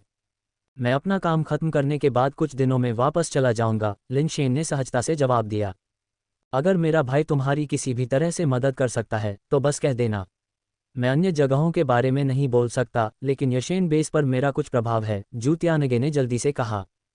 ठीक है, लिन शेन ने थोड़ा सिर हिलाया। ये देखकर कि लिन शेन ने उसके द्वारा बढ़ाई गई जैतून की शाखा को अस्वीकार नहीं किया, जू तियानगे को बहुत राहत महसूस हुई। अगर मामला संभालना आसान है तो इसे जल्दी से निपटा लें, लेकिन अगर यह जरूरी और मुश्किल नहीं है तो इसे कुछ समय के लिए टाल दें, जू त्यानगे ने अचानक कहा। ऐसा लगता है कि यह अचानक हुआ था। तुम्हारा क्या मतलब है? लिन शेन ने जू त्यानगे की ओर देखते हुए पूछा। शेन, शायद तुम्हें पता न हो, लेकिन हमारे परिवार ने हाल ही में बहुत सारी जांच की है। सभी संकेत आधे महीने में बेस वेरिएंट जीवों के बड़े पैमाने पर प्रकोप की ओर इशारा करते हैं, जो संभवतः एक जीव वृद्धि का रूप ले सकता है। ये तब बहुत परेशानी भरा होगा, इसलिए बेहतर है कि अगर हो सके तो दूर रहें। हमारे परिवार और लू परिवार दोनों ही अपनी पूरी ताकत से बेस की रक्षा करने की तैयारी कर रहे हैं, जू त्यानगे ने कहा। मैंने जीव वृद्धि के बारे में क्यों नहीं सुना? ये यूजेन ने भौहें सिकोड़ते हुए पूछा। अगर सभी को पता चल जाए कि एक उछाल आने वाला है तो मुझे डर है कि बेस में आधे लोग भाग जाएंगे। फिर इसका बचाव करने के लिए कौन बचेगा? घबराहट से बचने के लिए यह मामला वर्तमान में केवल जू परिवार और लू परिवार के कुछ वरिष्ठ सदस्यों को ही पता है। लेकिन अगर आप बारीकी से देखें तो आपको लू परिवार द्वारा की जा रही तैयारियों से कुछ संकेत मिल सकते हैं, जू त्यानगे ने लिन शेन की ओर देखते हुए जवाब दिया। अगर आप नहीं होते, शेन, तो मैं इस संदेश का एक शब्द भी नहीं बताता। कृपया, शेन और भाभी, मुझे ये रहस्य बनाए रखने में मदद करें। अगर यशेन बेस में आपके कोई रिश्तेदार या दोस्त हैं तो उन्हें कुछ दिनों के लिए दूसरे बेस पर ले जाने का बहाना खोजें। जीवों का उछाल खत्म होने के बाद वापस आने में देर नहीं हुई है। ये यूजेन एक समझदार व्यक्ति थी। लू परिवार में हाल ही में हुई कुछ घटनाओं को याद करने के बाद वह जल्दी से समझ गई कि जू त्यानगे अतिशयोक्ति नहीं कर रही थी। वास्तव में कुछ निशान पाए जाने थे, बस उसने पहले इस कोण से इसके बारे में नहीं सोचा था। ये यूजेन को अब पूरा यकीन हो गया था कि जू त्यानगे का लिन शेन के साथ वाकई गहरा रिश्ता था, अन्यथा वह लिन शेन को ऐसे जानलेवा मामले के बारे में क्यों बताएगा। लेकिन जू परिवार द्वारा लिन परिवार के काफिले को हाईजैक करने और लिन मियाओ को पकड़ने की पिछली घटना निश्चित रूप से सच थी, जिसने इसे कुछ हद तक विरोधाभासी बना दिया। इस आदमी ने ऐसा क्या किया है कि जू परिवार के रवैये में इतना बड़ा बदलाव आ गया है? क्या यह अभी भी वही लिन शेन है जिसे मैं जानता हूँ? ये यूजेन ने लिन शेन को एक अजीब भाव से देखा। उसे लगा जैसे वह चेहरा जिसे वह जानती थी कुछ अपरिचित हो गया है। प्राणी उछाल के साथ क्या स्थिति है? विस्तार से बताएं। लिन शेन वास्तव में उत्सुक था। डार्कबर्ड बेस के पास प्राणी उछाल दुर्लभ थे। अधिक से अधिक कुछ खोए हुए बेस वेरिएंट जीव बेस के पास भटकते थे और उन्हें घेर कर मार दिया जाता था। उसने कभी भी शहर को घेरते हुए वास्तविक उछाल नहीं देखा था। जैसे ही जू त्यानगे जवाब देने वाले थे, उन्होंने अचानक ये यूजेन की तरफ से टपक टपक की आवाज़ सुनी। दोनों आदमी उसकी ओर देखने के लिए मुड़े। माफ़ करें, मुझे जाना है, कुछ गड़बड़ हो गई है। ये यूजेन ने अपने बैग से अपना कम्युनिकेटर निकाला, उस पर नज़र डाली और सीधे कहने के लिए खड़ी हो गई। संचारक आमतौर पर सिर्फ कुछ ठिकानों के अंदर ही काम करते थे, क्योंकि ठिकानों के बाहर के उपकरण बेस वेरिएंट जीवों द्वारा आसानी से नष्ट कर दिए जाते थे, जिससे संचारक बेस के बाहर बेकार हो जाते थे। डार्कबर्ड बेस में उपकरणों की कमी ने संचारकों को भी अप्रभावी बना दिया। लिन शेन के पास संचारक तो था, लेकिन अफसोस उसका इस्तेमाल करने के लिए कोई जगह नहीं थी। बाहरी दुनिया को समझने के लिए लिन शेन ने सबसे ज़्यादा रेडियो प्रसारण का इस्तेमाल किया। ऐसा कहा जाता था कि कुछ मेगा बेस में अभी भी टीवी स्टेशन और नेटवर्क थे, लेकिन याशिन बेस में वे नहीं थे। डार्कबर्ड बेस की तो बात ही छोड़िए। ये यूजेन उठी और सीढ़ियों की ओर बढ़ी। बहुत तेज़ नहीं चल रही थी और नीचे जाते समय बहुत सावधान थी। हालांकि दूसरी मंजिल से उसकी आकृति के गायब हो जाने के बाद भी उसे वह आवाज़ नहीं सुनाई दी जिसकी उसे उम्मीद थी। अरे, क्या वह कम से कम मुझसे संपर्क करने का कोई तरीका नहीं पूछ सकता? ये यूजेन ने तेज़ी से आगे बढ़ने से पहले धीरे से कहा। ऐसा नहीं था कि लिन शेन ने जानबूझकर नहीं पूछा, ये था कि उसने इसके बारे में नहीं सोचा था। वह डार्कबर्ड बेस पर कम्युनिकेटर का इस्तेमाल बहुत कम करता था और अपने साथ एक भी नहीं रखता था, इसलिए यह उसके दिमाग में नहीं आया। मुझे विस्तार से बताओ, इस बार बीस्ट टाइड के साथ क्या है? लिन शेन ने फिर पूछा। जू त्यानगे ने एक पल सोचा और फिर कहा, यह बीस्ट टाइड थोड़ा अजीब है। इसका वास्तव में उस म्यूटेंट एग से कुछ लेना देना है जिसे तुम्हारे लिन परिवार ने खरीदा था। इसका उस म्यूटेंट अंडे से क्या लेना देना है? लिन शेन ने कुछ हैरान होकर पूछा। याशेन बेस के उत्तर पूर्व में एक स्टील फॉरेस्ट है। उस स्टील फॉरेस्ट के पेड़ आम मेटल प्लांट से थोड़े अलग हैं, तने और पत्तियां नीली हैं।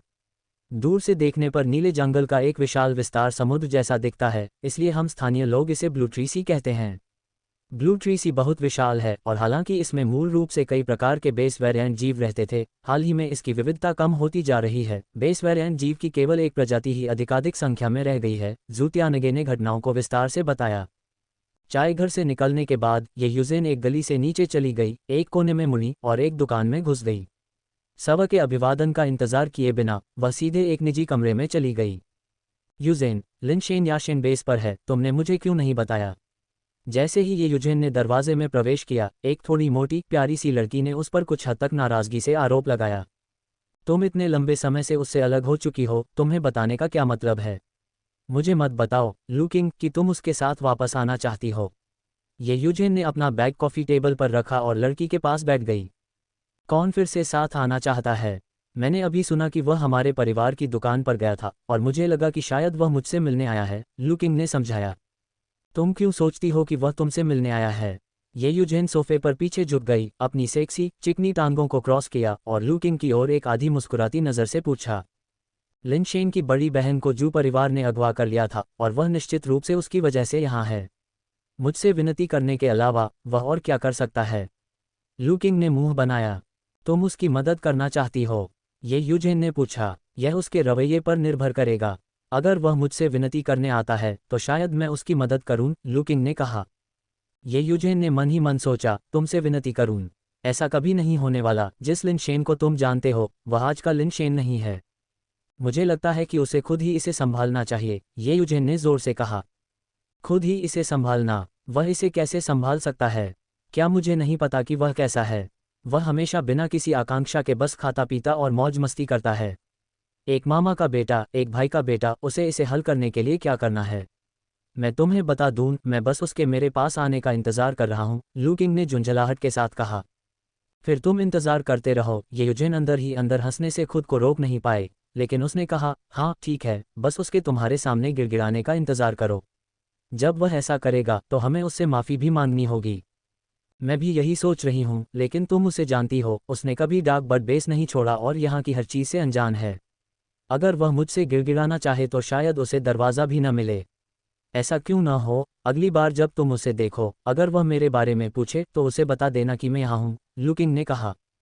ठीक है। ये यूजेन की मुस्कान थोड़ी अजीब थी। अध्याय 57, मशरूम बीस्ट। कृपया अनुसरण करें। लिन शेन और जू तियानगे अभी भी बीस्टाइड मुद्दे पर चर्चा कर रहे थे। जू तियानगे के अनुसार लिन परिवार को जो बेस म्यूटेशन अंडे वापस मिले थे वे ब्लू ट्री सी से आए थे। कुछ समय पहले ब्लू ट्री सी में बेस वेरिएंट जीवों की संख्या में तेजी से गिरावट आई थी, जबकि मशरूम बीस्ट के रूप में जाना जाने वाला एक प्रकार का स्टील जीव तेजी से प्रजनन कर रहा था और उनकी संख्या में वृद्धि हो रही थी। मशरूम बीस्ट का शिकार करने के लिए म्यूटेटर्स का एक समूह ब्लू ट्री सी में घुस गया था, जिसमें से बड़ी संख्या में मशरूम बीस्ट मारे गए थे और उन्हें मशरूम बीस्ट बेस म्यूटेशन अंडे का एक बैच भी मिला था। उनमें से एक मशरूम बीस्ट बेस म्यूटेशन अंडा थोड़ा अलग था। उन म्यूटेटर्स को कोई सुराग नहीं था और उन्होंने कभी म्यूटेंट अंडे की संभावना पर विचार नहीं किया, इसलिए उन्होंने मशरूम बीस्ट बेस म्यूटेशन अंडे का पूरा बैच लिन मियाओ को बेच दिया। जब लिन मियाओ सूची बना रहा था तो उसने म्यूटेंट एग की खोज की और तुरंत एक विश्वसनीय व्यक्ति को ढूंढ लिया, जिसने म्यूटेंट एग को बाकी सभी से पहले डार्क बड बेस पर वापस भेज दिया। बाद में जू तियानगे ने गलती से म्यूटेटर्स के उस समूह के एक टीम सदस्य को शराब पीते समय घटना का जिक्र करते हुए सुना और अनुमान लगाया कि यह म्यूटेंट एग हो सकता है, इसलिए उसने एक चाल चली और लिन परिवार के व्यापार कारवां पर घात लगाकर हमला कर दिया। जू तियानगे जिस बारे में बात करना चाहता था वह उसके और लिन परिवार के व्यापार कारवां के साथ हुई घटना नहीं थी, बल्कि इसके बाद वह भी लोगों को ब्लू ट्री सी में ले गया, ये देखने के लिए कि क्या वे और म्यूटेंट एग पा सकते हैं। हालांकि ब्लू ट्री सी में प्रवेश करने के बाद अंदर की स्थिति ने जू तियानगे और अन्य सभी म्यूटेटर को चौंका दिया। ब्लू ट्री सी में मशरूम जानवर इतने अधिक थे कि यह कल्पना से परे था, और मूल मशरूम जानवर सभी स्टील के जीव थे, लेकिन उन्हें ब्लू ट्री सी के अंदर काफ़ी संख्या में अलॉय मशरूम जानवर मिले। इस खोज ने सभी को चौंका दिया और जू तियानगे तुरंत वापस आकर एल्डर मिस्टर जू को स्थिति की सूचना दी। एल्डर मिस्टर जू ने व्यक्तिगत रूप से लोगों को स्थिति की जांच करने के लिए ब्लू ट्री सी तक ले गए और सभी संकेतों से संकेत मिला कि बहुत जल्द ही मशरूम बीस्ट ब्लू ट्री सी से बाहर निकल आएंगे। तब तक एक बीस्टाइड बनने की संभावना थी और यशेन बेस निश्चित रूप से इसका खामियाजा भुगतेगा। एल्डर श्री जू ने व्यक्तिगत रूप से लू परिवार के कुलपति से मुलाकात की और शोध के बाद दोनों परिवार गुप्त रूप से युद्ध की तैयारी करने लगे। शेन, जब मैं वहां गया तो मैंने एक विशाल मशरूम जानवर देखा जो एक छोटी पहाड़ी की तरह विशाल था, और सामान्य लाल टोपी वाले मशरूम जानवरों के विपरीत उस विशाल मशरूम जानवर की टोपी नीली थी। मुझे यकीन है कि यह एक उत्परिवर्तित मशरूम जानवर था। दुर्भाग्य से उस समय मेरे साथ पर्याप्त लोग नहीं थे और जब तक मेरे परिवार के बुजुर्ग वहां पहुंचे तब तक ये बिना किसी निशान के गायब हो चुका था। ये बहुत अफसोस की बात है, जू तियानगे ने कुछ अफसोस के साथ कहा। लिनशेन समझ गया कि जू तियानगे उसे जल्दी से चले जाने के लिए कह रहा था, लेकिन वास्तव में वह उसे वहीं रहने और मशरूम जानवर की लहर का सामना करने के लिए लुभाने की कोशिश कर रहा था। वेरिएंट जीव वास्तव में साधारण म्यूटेटर के लिए काफ़ी आकर्षक थे, भले ही उन्हें म्यूटेंट अंडा न मिले। वेरिएंट जीव के शरीर से सामग्री उच्च कीमत पर बेची जा सकती थी। दुर्भाग्य से लिनशेन एक साधारण व्यक्ति नहीं था। यदि जू तियानगे ने वेरिएंट जीव का उल्लेख नहीं किया होता तो उसके पास उत्साह देखने के लिए रुकने का 10,000 में से एक मौका होता। लेकिन ये सुनकर कि ब्लू ट्री सी में वेरिएंट जीव हैं, लिनशेन ने तुरंत वहां से जाने का मन बना लिया, तुरंत चले जाने का और निश्चित रूप से याशेन बेस में अब और नहीं रहने का। शुरू में लिनशेन जाने से पहले तय की गई मीटिंग का ध्यान रखने के बारे में सोच रहा था, लेकिन अब वह और इंतजार नहीं करना चाहता था। जल्दी से जल्दी अपना सामान पैक करके डार्कबर्ड बेस पर लौटने की योजना बना रहा था। तियानगे, मेरे छोटे भाई, मुझे अभी कुछ याद आया और मुझे जाना है। चलो इसे खत्म करते हैं और किसी और समय अच्छी बातचीत करते हैं, लिनशेन ने जाने के लिए उठते हुए कहा। शेन, मेरा इंतजार करो, मैं तुम्हें बाहर छोड़ता हूँ। जू तियानगे थोड़ा उलझन में था, उसे समझ नहीं आ रहा था कि लिनशेन के साथ क्या हो रहा है। वे अच्छी बातचीत कर रहे थे और अभी बातचीत खत्म भी नहीं हुई थी, उसे जाने की इतनी जल्दी क्यों थी? हालांकि वह वास्तव में पूछ नहीं पाया और लगभग लिनशेन की गति के साथ नहीं चल पाया। जब तक वह उसके पास पहुंचा, लिनशेन वेई वुफू के साथ मुख्य प्रवेश द्वार पर पहुंच चुका था। अपने कदम रोको, लिनशेन ने अभिवादन किया और तुरंत वेई वुफू के साथ भाग गया, जिससे जू तियानगे दरवाजे पर ही स्तब्ध रह गया। कहाँ जाना है? वुफू ने पूछा। घर, लिनशेन ने चलते हुए कहा। बात? वुफू ने थोड़ा हैरान होकर पूछा। अभी इससे नहीं निपटेंगे, हम वापस जा रहे हैं, लिनशेन ने चलते हुए कहा और ब्लू ट्री सी से जानवरों की बाढ़ आने की संभावना को याद किया। जानवर बहुत हैं, बढ़िया, उन्हें मार डालो। फायदे हैं? वेई वुफू की आंखें चमक उठीं। फायदे चाहे जो भी हों, उन्हें पाने के लिए आपको जिंदा रहना होगा। कौन जानता है कि ब्लू ट्री सी में कितने मशरूम जानवर हैं, कितने मिश्र धातु वाले जीव हैं, कितने उत्परिवर्ती जीव हैं, और अगर क्रिस्टल आधारित जीव हैं तो क्या होगा? हजारों, संभवतः सैकड़ों हजारों बेस म्यूटेशन जीव, भले ही उनका स्तर उच्च न हो, हमें सिर्फ संख्या से थका सकते हैं। आपका मिश्र धातु वाला कवच कितने समय तक चल सकता है? 3 घंटे या 4? ठीक है, मान लीजिए 24 घंटे। क्या आप 24 घंटे में बेस म्यूटेशन के दसियों हजार जीवों को खत्म कर सकते हैं? एक बार जब आपका अलॉय कार्पेस गार्ड चला जाता है तो क्या आप जानवरों के झुंड के बीच खुद के बचने की गारंटी दे सकते हैं? लिनशेन ने वी वुफू को जमकर लताड़ा। आप अतिशयोक्ति कर रहे हैं। वी वुफू स्पष्ट रूप से सहमत नहीं थे। मैं अतिशयोक्ति कर रहा हूं, लेकिन कौन कह सकता है कि मेरे शब्द सच नहीं होंगे? आप केवल एक बार जीते हैं। 10,000 में से एक मौके के साथ भी आप अपने जीवन के साथ जुआ नहीं खेल सकते। कोई बातचीत नहीं है, मेरी बात सुनो, चलो अब घर चलते हैं। ये हमारे रहने की जगह नहीं है।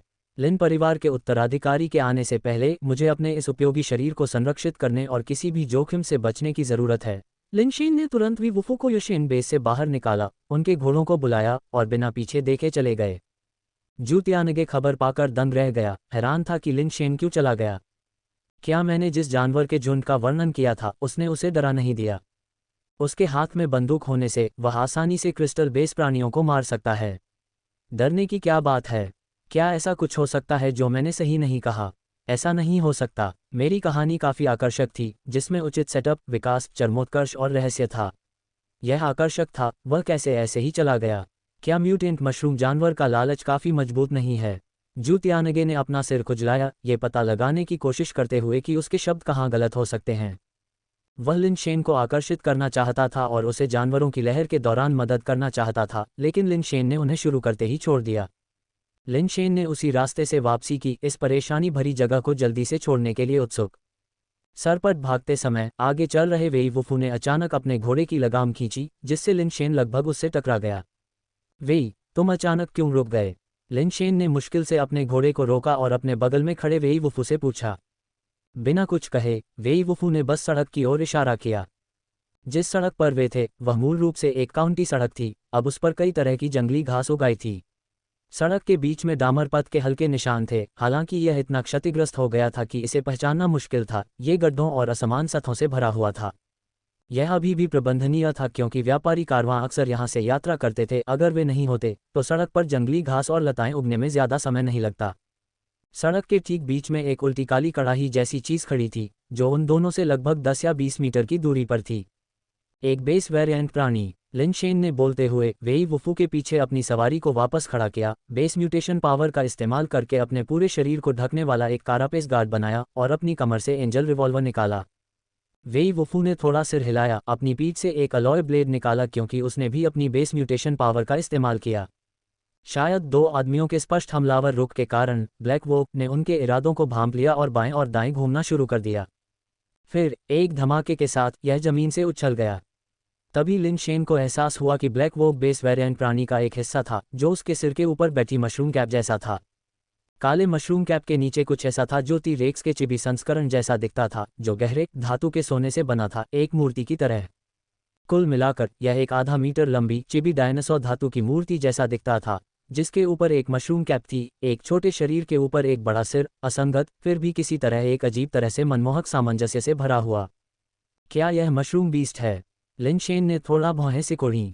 उसे याद आया कि सामान्य मशरूम बीस्ट में आमतौर पर भूरे सफ़ेद धब्बों वाली लाल टोपी और भूरे सफ़ेद लौह शरीर होते हैं।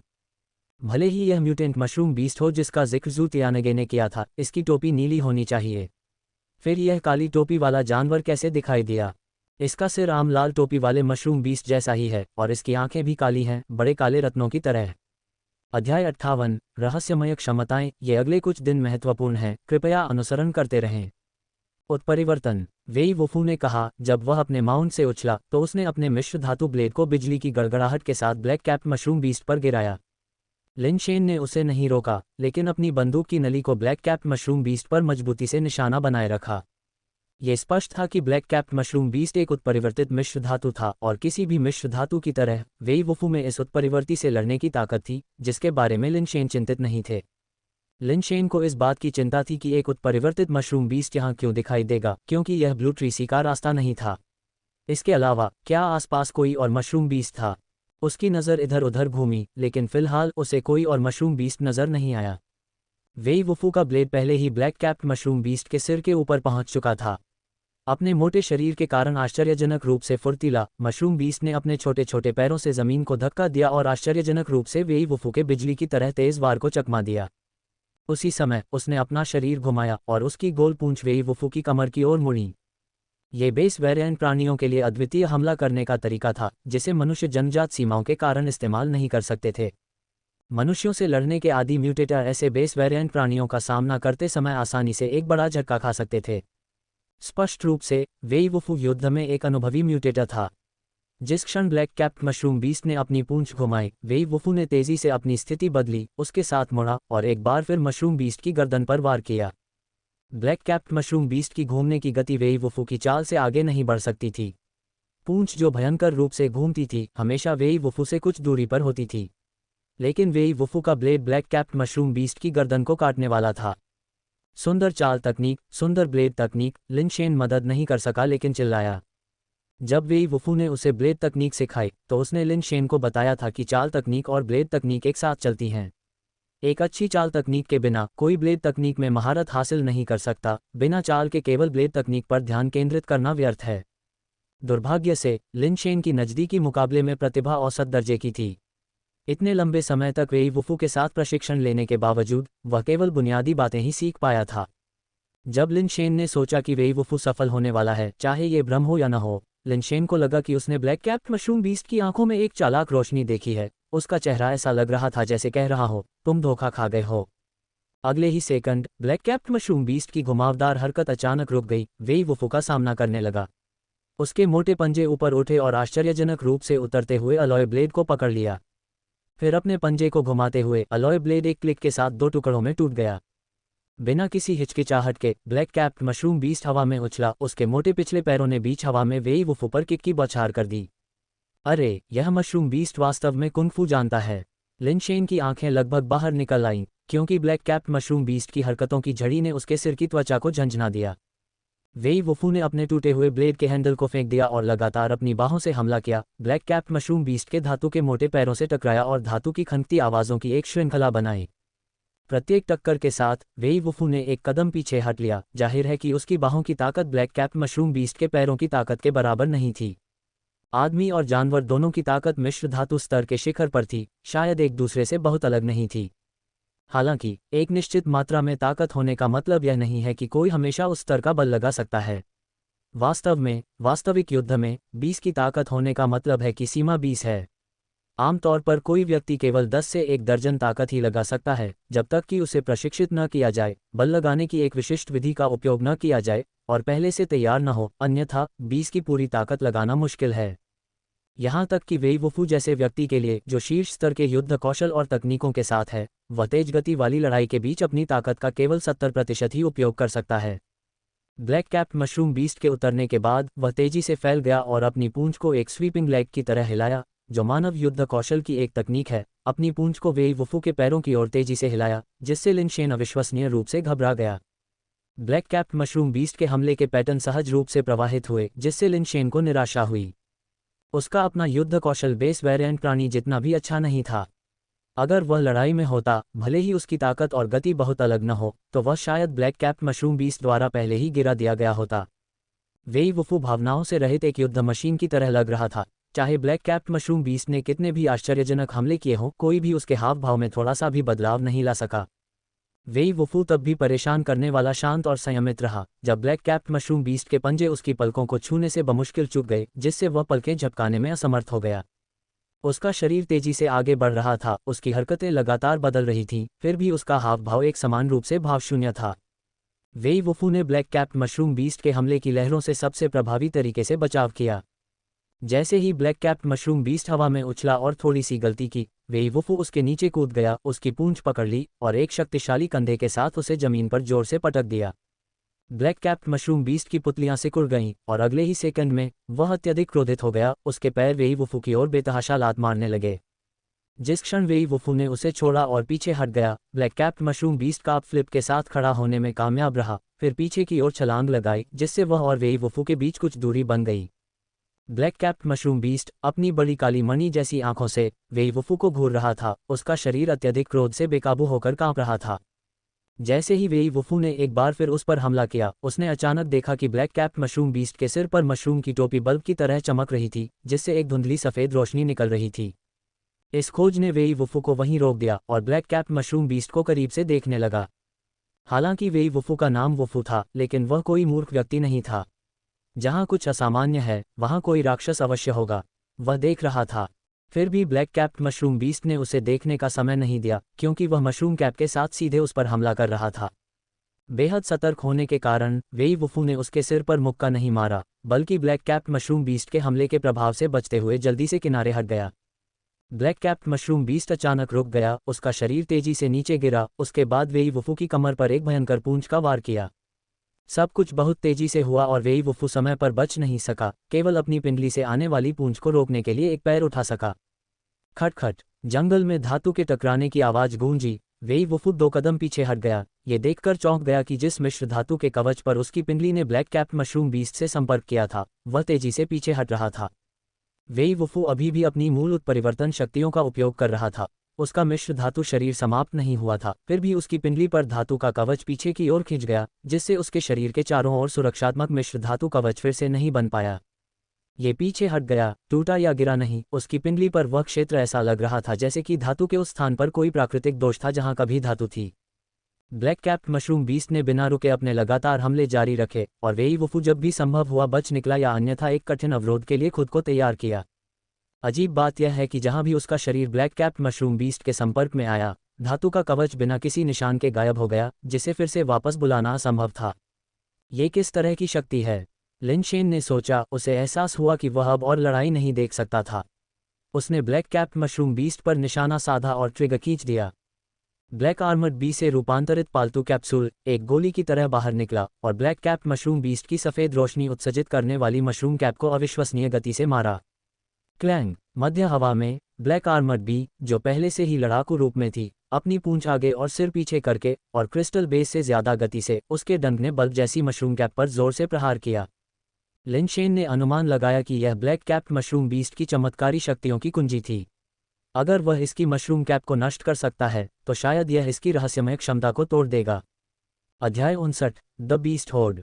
ब्लैक आर्मर्ड बी का सबसे कठोर हिस्सा इसकी पूंछ के अंत में लगा डंक था, जिसकी कठोरता 19.8 और दृढ़ता 19.6 थी, जिसमें कठोर और कठोर दोनों विशेषताएं थीं। इसके अलावा 44 पॉइंट की गति वृद्धि और इसके सहज कौशल पेनेट्रेटिंग स्टिंग के साथ मधुमक्खी की पूंछ की विनाशकारी शक्ति एक अत्यंत भयानक स्तर पर पहुंच गई थी। एल द जो क्रिस्टल बेस लेवल पर था, उसका सिर सीधे छेद दिया गया था। भले ही वह उस समय क्रिस्टल बेस फॉर्म का उपयोग नहीं कर रहा था, लेकिन यह उस भयानक विनाशकारी शक्ति को दर्शाने के लिए पर्याप्त था जिसे black armoured bee angel wheel के साथ प्राप्त कर सकता था। सामान्य परिस्थितियों में मिश्र धातु स्तर की ताकत मुश्किल से एक भी हिट का सामना कर सकती थी। सबसे खराब स्थिति में दोनों शामिल टकराव पर बिखर जाएंगे। फिर भी जब ब्लैक आर्मर्ड बी का डंक ब्लैक कैप मशरूम बीस्ट की टोपी से जोर से टकराया तो एक विचित्र दृश्य हुआ।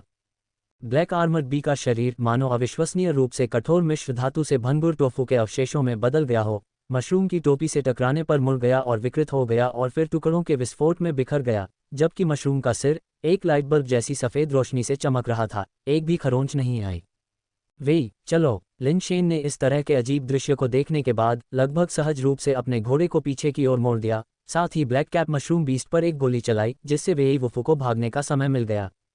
लगभग उसी क्षण जब लिन शेन के शब्द उसके मुंह से निकले, वेई वुफू अपने घोड़े पर चढ़ गया था और लिन शेन के पीछे तेजी से सरपट दौड़ रहा था। अब ये कोई मुद्दा नहीं था कि वे जीत सकते हैं या नहीं। ब्लैक कैप मशरूम बीस्ट की विचित्र क्षमताओं का पता लगाने से पहले और अधिक लड़ना आसानी से उनकी जान ले सकता था। ब्लैक कैप मशरूम बीस्ट की आंखें काले रत्नों की तरह गहरी लिन शेन को घूर रही थी। ऐसा लग रहा था कि उसने अपनी नफरत उस पर डाल दी है। उसने लिन शेन की ओर भागने की कोशिश की, लेकिन उसके शरीर पर दूसरी गोली लग गई। हालांकि ब्लैक कैप मशरूम बीस्ट की क्षमताएं अजीब थीं, लेकिन आखिरकार वह अभी भी मिश्र धातु स्तर पर था। जाहिर तौर पर वह इतना तेज नहीं था कि एंजल रिवॉल्वर द्वारा चलाई गई गोलियों से बच सके। पालतू कैप्सूल बाहर निकला और हवा में चमक के साथ मिश्र धातु स्तर पर एक क्रॉस हॉर्न्ड हॉर्स में तब्दील हो गया। ब्लैक कैप मशरूम बीस्ट से टकराया। क्रॉस हॉर्न्ड हॉर्स घोड़े जैसा लेकिन गैंडे जैसा, सामने एक सींग था जो क्रॉस के आकार का था। वह प्राणी कहीं और विशेष रूप से कठोर नहीं था, सिवाय उस क्रॉस आकार के सींग के जो बहुत कठोर था, ब्लैक आर्मर्ड बी के डंक के बराबर। लिन शेन ने अपने चौथे भाई की तिजोरी से इसे विशेष रूप से खोजा था और एंजल रिवॉल्वर से लेस इसकी मारक शक्ति भी उतनी ही आश्चर्यजनक थी। इस पालतू जानवर को पाने के लिए उसने अपने चौथे भाई की तिजोरी का ताला भी तोड़ दिया था। क्रॉस हॉर्न्ड हॉर्स का क्रॉस आकार का सींग ब्लैक कैप मशरूम बीस्ट के शरीर से टकराया, जिसे लिन शेन ने बहुत स्पष्ट रूप से देखा। सींग, जो स्पष्ट रूप से बहुत कठोर था, अचानक ब्लैक कैप मशरूम बीस्ट के शरीर से संपर्क करने पर नर्म हो गया, प्रभाव से अविश्वसनीय रूप से झुक गया। ये केवल सींग नहीं था, क्रॉस हॉर्न्ड हॉर्स का पूरा शरीर भी नर्म हो गया। शक्तिशाली प्रभाव ने इसे गुब्बारे की तरह पैनकेक के आकार में कुचल दिया, फिर तुरंत विस्फोट हो गया, टुकड़ों की बौछार में बदल गया और बेस म्यूटेशन द्रव को छिड़क दिया। हालांकि ब्लैक कैप मशरूम बीस्ट का शरीर पूरी तरह से बरकरार रहा, केवल मजबूत प्रभाव से कुछ कदम पीछे धकेल दिया गया। अपने रुख को पुनः प्राप्त करने के बाद ब्लैक कैप मशरूम बीस्ट ने एक अजीब चीख निकाली और गुस्से में लिन शेन का पीछा किया। Boom boom boom boom. Lin Shen ने अपने घोड़े को दौड़ने के लिए प्रेरित करते हुए अपनी कमर घुमाई और ब्लैक कैप मशरूम बीस्ट पर लगातार गोली चलाई, क्योंकि एक के बाद एक पेट कैप्सूल बिजली की गति से बाहर निकल रहे थे और बेस म्यूटेशन पेट में तब्दील हो रहे थे जो हवा में ब्लैक कैप मशरूम बीस्ट से टकरा रहे थे। बेशक ये पेट एलॉय लेवल के नहीं थे, बल्कि स्टील कैप्सूल थे जिन्हें लिन शेन ने लोड किया था। स्टील पेट के पास ब्लैक कैप मशरूम बीस्ट को घायल करने की संभावना स्वाभाविक रूप से कम थी, लेकिन एंजल रिवॉल्वर द्वारा उन्हें दी गई गति ने उन्हें शक्तिशाली प्रभाव बल दिया। ब्लैक कैप मशरूम बीस्ट पर हर हिट उसे कुछ कदम पीछे धकेल देती, जिससे उसे पकड़ना असंभव हो जाता। सभी 7 कैप्सूल फायर करने के बाद लिन शेन ने अपनी जेब में हाथ डाला और लोड करने के लिए कुछ और स्टील पेट कैप्सूल निकाले। स्टॉक पर खींचने से चाबी का चैम्बर भी खुल गया, जिसमें पिछली चाबियां पहले से ही पालतू जानवरों की मौत के कारण अपने आप टूट चुकी थीं। उसने संबंधित पेट की चाबियों को चैम्बर में लोड किया, पूरी गति सुचारू और तरल थी, और फिर पीछा कर रहे ब्लैक कैप मशरूम बीस्ट पर एक और वॉली फायर किया। शूटिंग से ब्लैक कैप मशरूम बीस्ट गुस्से में उछल पड़ा, लेकिन वह पकड़ नहीं सका और जल्दी से हिल गया। जैसे ही लिन शेन ने सोचा कि वह सफलतापूर्वक बच सकता है, उसने मशरूम बीस्ट के ऊपर मशरूम कैप को देखा, जो सफ़ेद रोशनी बिखेर रहा था। अचानक उसकी चमक तेज हो गई, जो मूल रूप से एक ऊर्जा बचत लैंप की तरह एक मंद प्रकाश था, अब एक छोटे सूरज की तरह चमक रहा था, जो सभी दिशाओं में प्रकाश बिखेर रहा था। तभी लिन शेन ने फिर से वह अजीब चीख सुनी, जो अवर्णनीय थी, किसी जानवर की दहाड़ की तरह, फिर भी कीट के गाने जैसी, हर मायने में विचित्र। जब लिन शेन उस प्राणी की हरकतों पर हैरान था, तो उसने अचानक वेई वुफू की तेज आवाज़ सुनी, आगे बढ़ो। लिन शेन ने ब्लैक कैप्ड मशरूम बीस्ट से अपनी नज़र हटाई और आगे देखा, जहां उसने देखा कि पहले बंजर डामर सड़क से सफ़ेद धब्बों वाले, बर्तन के ढक्कन के आकार के, लाल मशरूम उग रहे थे। लाल मशरूम आश्चर्यजनक गति से उग रहे थे और पलक झपकते ही आगे की सड़क और दोनों तरफ के जंगल उनसे भर गए, ऐसा लग रहा था कि वे अंतहीन हैं, उनकी सही संख्या अज्ञात है।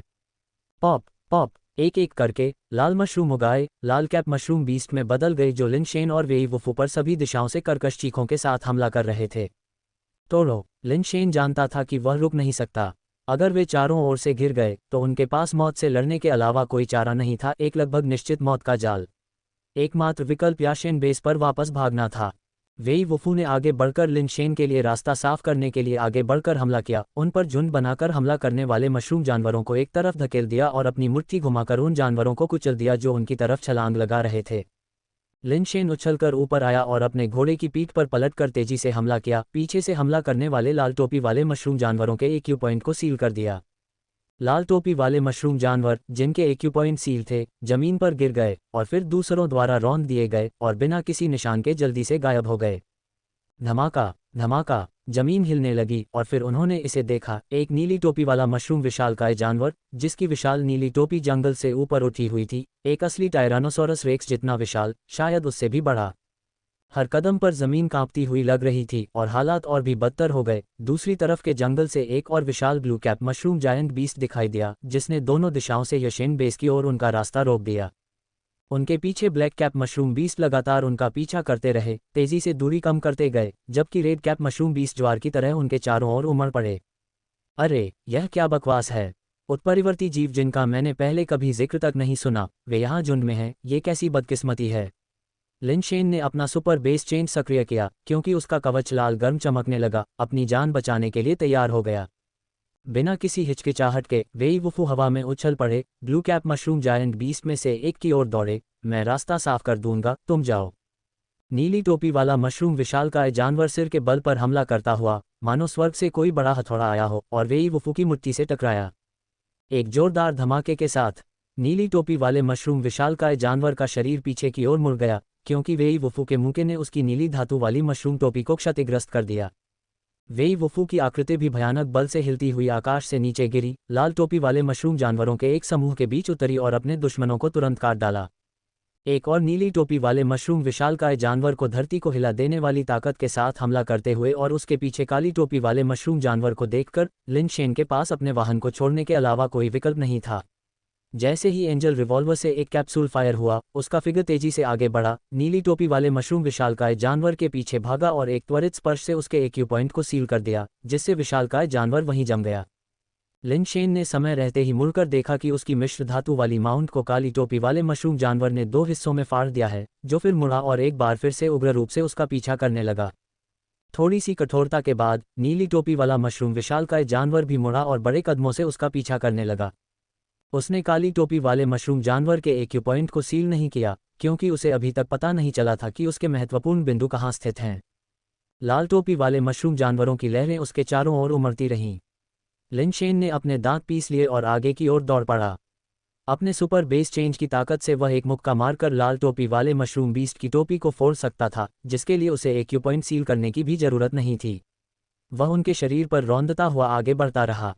एक के बाद एक धधकती आग की तरह मुक्का, चिंगारी उड़ती हुई, लाल टोपी वाले मशरूम बीस्ट लिन शेन के पैरों के नीचे गिर गए, लेकिन उन्होंने उसके भागने में भी बाधा डाली। जैसे ही ब्लैक कैप मशरूम बीस्ट और blue cap mushroom giant beast फिर से पकड़े गए, लिन शेन ने अपने दांत पीसते हुए एक और गोली चलाने की तैयारी की। अचानक उसने महसूस किया कि उसका बैकपैक हिल रहा है। अंदर का मोटा पक्षी धक्का मुक्की से जाग गया। उसने ढक्कन खोला और बाहर कूद गया। लिन शेन, उसे पकड़ने में असमर्थ, अपनी बंदूक से गोली चला दी, जिससे ब्लैक कैप मशरूम बीस्ट के साथ अंतर बढ़ गया। जैसे ही वह हमला जारी रखने वाला था, उसने देखा कि पहले उग्र भीड़ रहस्यमय तरीके से शांत हो गई थी। अध्याय 60, दमन। सभी मशरूम बीस्ट ने हिलना बंद कर दिया, उनकी आंखें लिन शेन की तरफ टिकी हुई थीं। इस भयानक दृश्य ने लिन शेन और वेई वुफू को भी अनजाने में अपनी जगह पर रुकने और पीछे देखने के लिए मजबूर कर दिया।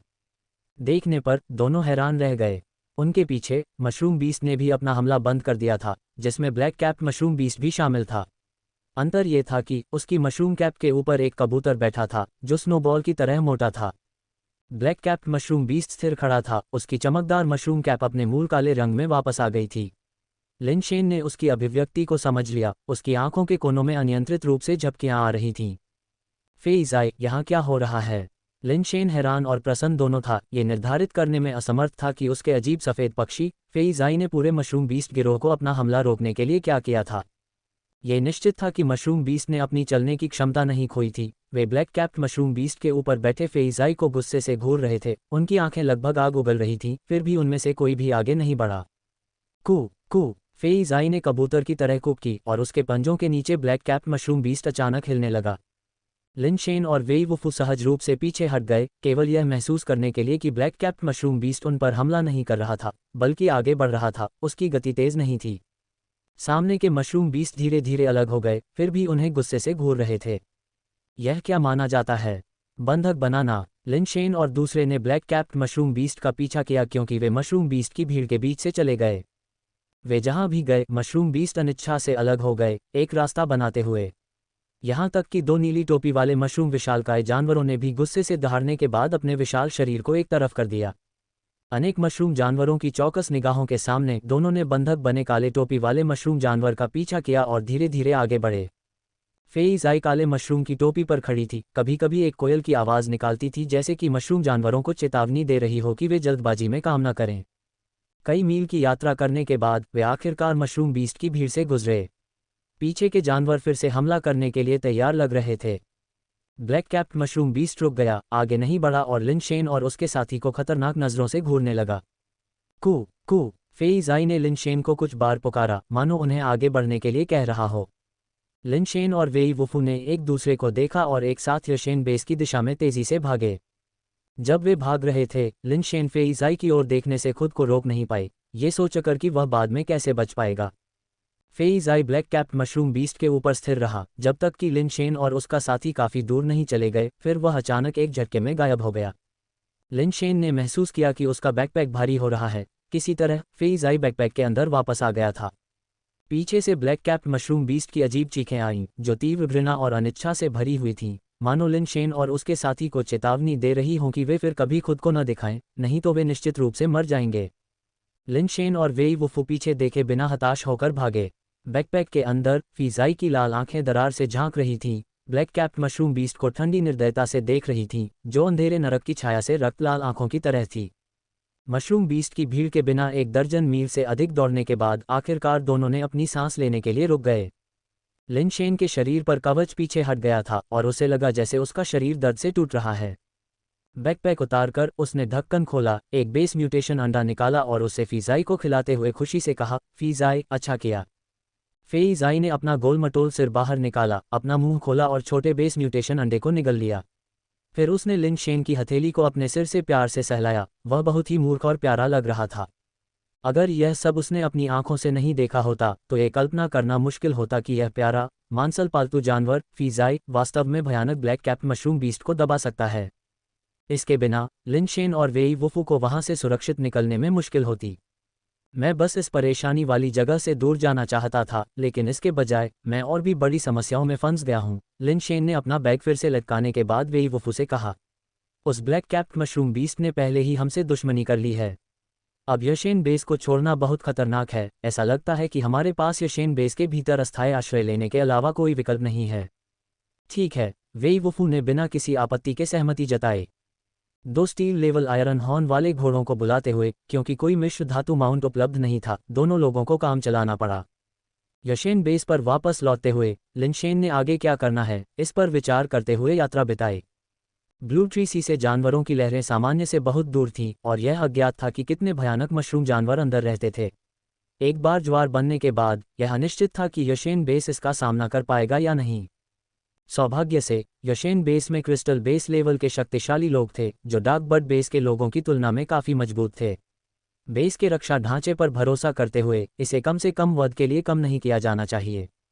आधार ये था कि उनके बीच बहुत से क्रिस्टल बेस लेवल के मशरूम जानवर नहीं थे, या कम से कम लिनशेन और उनके समूह ने कोई क्रिस्टल बेस लेवल मशरूम जानवर नहीं देखा था। हालांकि भयानक ब्लैक कैप्ड मशरूम जानवर, साथ ही अनगिनत मशरूम जानवरों की भीड़ के बारे में सोचना अभी भी किसी की रीढ़ में सिहरन पैदा करने के लिए पर्याप्त था। हमें बसने के लिए एक सुरक्षित जगह खोजने की जरूरत है। मशरूम बीस्ट की संख्या बहुत ज्यादा थी और लिनशेन को लगा कि यशेन बेस की बाहरी रक्षा रेखाएं टिकने की संभावना नहीं थी। शायद सड़क पर लड़ाई होगी और उन्हें रहने के लिए अपेक्षाकृत सुरक्षित जगह ढूंढनी होगी। यशेन बेस के भीतर सबसे अच्छी तरह से किलेबंद स्थान स्वाभाविक रूप से लू परिवार और जू परिवार के थे। जू परिवार पर विचार करने की कोई ज़रूरत नहीं थी क्योंकि लिन शेन को उनकी योजनाओं का डर था। लू परिवार एक अच्छा विकल्प था, लेकिन दुर्भाग्य से लिन शेन मदद के लिए लू परिवार से संपर्क करने में कुछ हद तक शर्मिंदा था। बहुत सोच विचार के बाद लिन शेन ने पहले कुछ पालतू जानवर खरीदने का फैसला किया, क्योंकि अभी अभी जो लड़ाई हुई थी उसमें उसके सभी पालतू जानवर लगभग खत्म हो गए थे। अगर जानवरों का ज्वार सच में टूट गया तो एक अपरिहार्य नज़दीकी लड़ाई का इंतजार था, और कम से कम उसे यह सुनिश्चित करना था कि उसकी एंजल रिवॉल्वर का सामान्य रूप से इस्तेमाल किया जा सके। लिन शेन के पास जो मामूली संपत्ति थी उसके साथ वह कोई भी एलॉय पालतू जानवर नहीं खरीद सकता था। गोला बारूद के रूप में उपयोग करने के लिए अधिक स्टील पालतू जानवर खरीदना ही एकमात्र विकल्प था। अगर यशेन बेस गिर गया तो भी उसके पास अपने एंजल रिवॉल्वर और संघर्ष के 7 चरणों का उपयोग करके भागने का मौका हो सकता था। अपने सीमित धन के कारण लिन शेन केवल बाजार की दुकानों में जाकर कुछ सस्ते सामान खरीदने की कोशिश कर सकता था। आखिरकार उन्हें गोला बारूद के रूप में इस्तेमाल किया जाना था। कोई भी पालतू जानवर, चाहे उसका स्तर या विशेषता कुछ भी हो, काम आ सकता था। थोड़ी देर खरीदारी करने के बाद कम अमीर लिन शेन को 3 अलग अलग दुकानों पर सामानों की तुलना करनी पड़ी। ब्राउज करते समय उसने अचानक एक परिचित व्यक्ति को अपने सामने एक स्टॉल के सामने खड़े होकर मालिक से बात करते हुए देखा। ये यूजेन यहाँ क्यों है? लिन शेन को आश्चर्य हुआ, क्योंकि ये यूजेन लू किंग की करीबी दोस्त होने के नाते लू परिवार की तरह प्रतिष्ठित नहीं थी, लेकिन फिर भी साधारण से बहुत दूर थी। वह बेस म्यूटेशन एग खरीदने के लिए सड़क के स्टॉल पर क्यों आएगी? आज ये यूजेन ब्लाइंड डेट के दिन जैसी बिल्कुल भी नहीं दिख रही थी। उसने अपना सामान्य स्पोर्ट्सवियर पहना हुआ था जो उसके अच्छे फिगर को पूरी तरह से छुपा रहा था। हालांकि उसके शरीर के अनुपात अभी भी ध्यान देने योग्य थे, और उसकी चिकनी त्वचा और चमकदार काले बालों के साथ वह कुछ हद तक आकर्षक थी। केवल एक कमी ये थी कि ये यूजेन का रूप पारंपरिक अर्थों में मीठा या शुद्ध सौंदर्य नहीं था। अगर वह एक अभिनेत्री बनती तो वह शायद एक सुंदर, मजबूत और क्रूर प्रतिपक्षी की भूमिका में फिट बैठती, जिसके पास योजनाएं होती नायक की टीम को तब तक खत्म करने में सक्षम जब तक कि केवल शीर्षक ही न रह जाए। लिन शेन अवचेतन रूप से ये सुनने के लिए उसके करीब गया कि वह मालिक के साथ क्या चर्चा कर रही थी। थोड़ी देर सुनने के बाद उसकी आंखें बढ़ती हुई हैरानी से भर गईं। ऐसा लग रहा था कि उसे ये यूजेन के बारे में कुछ अविश्वसनीय रहस्य पता चल गए हैं।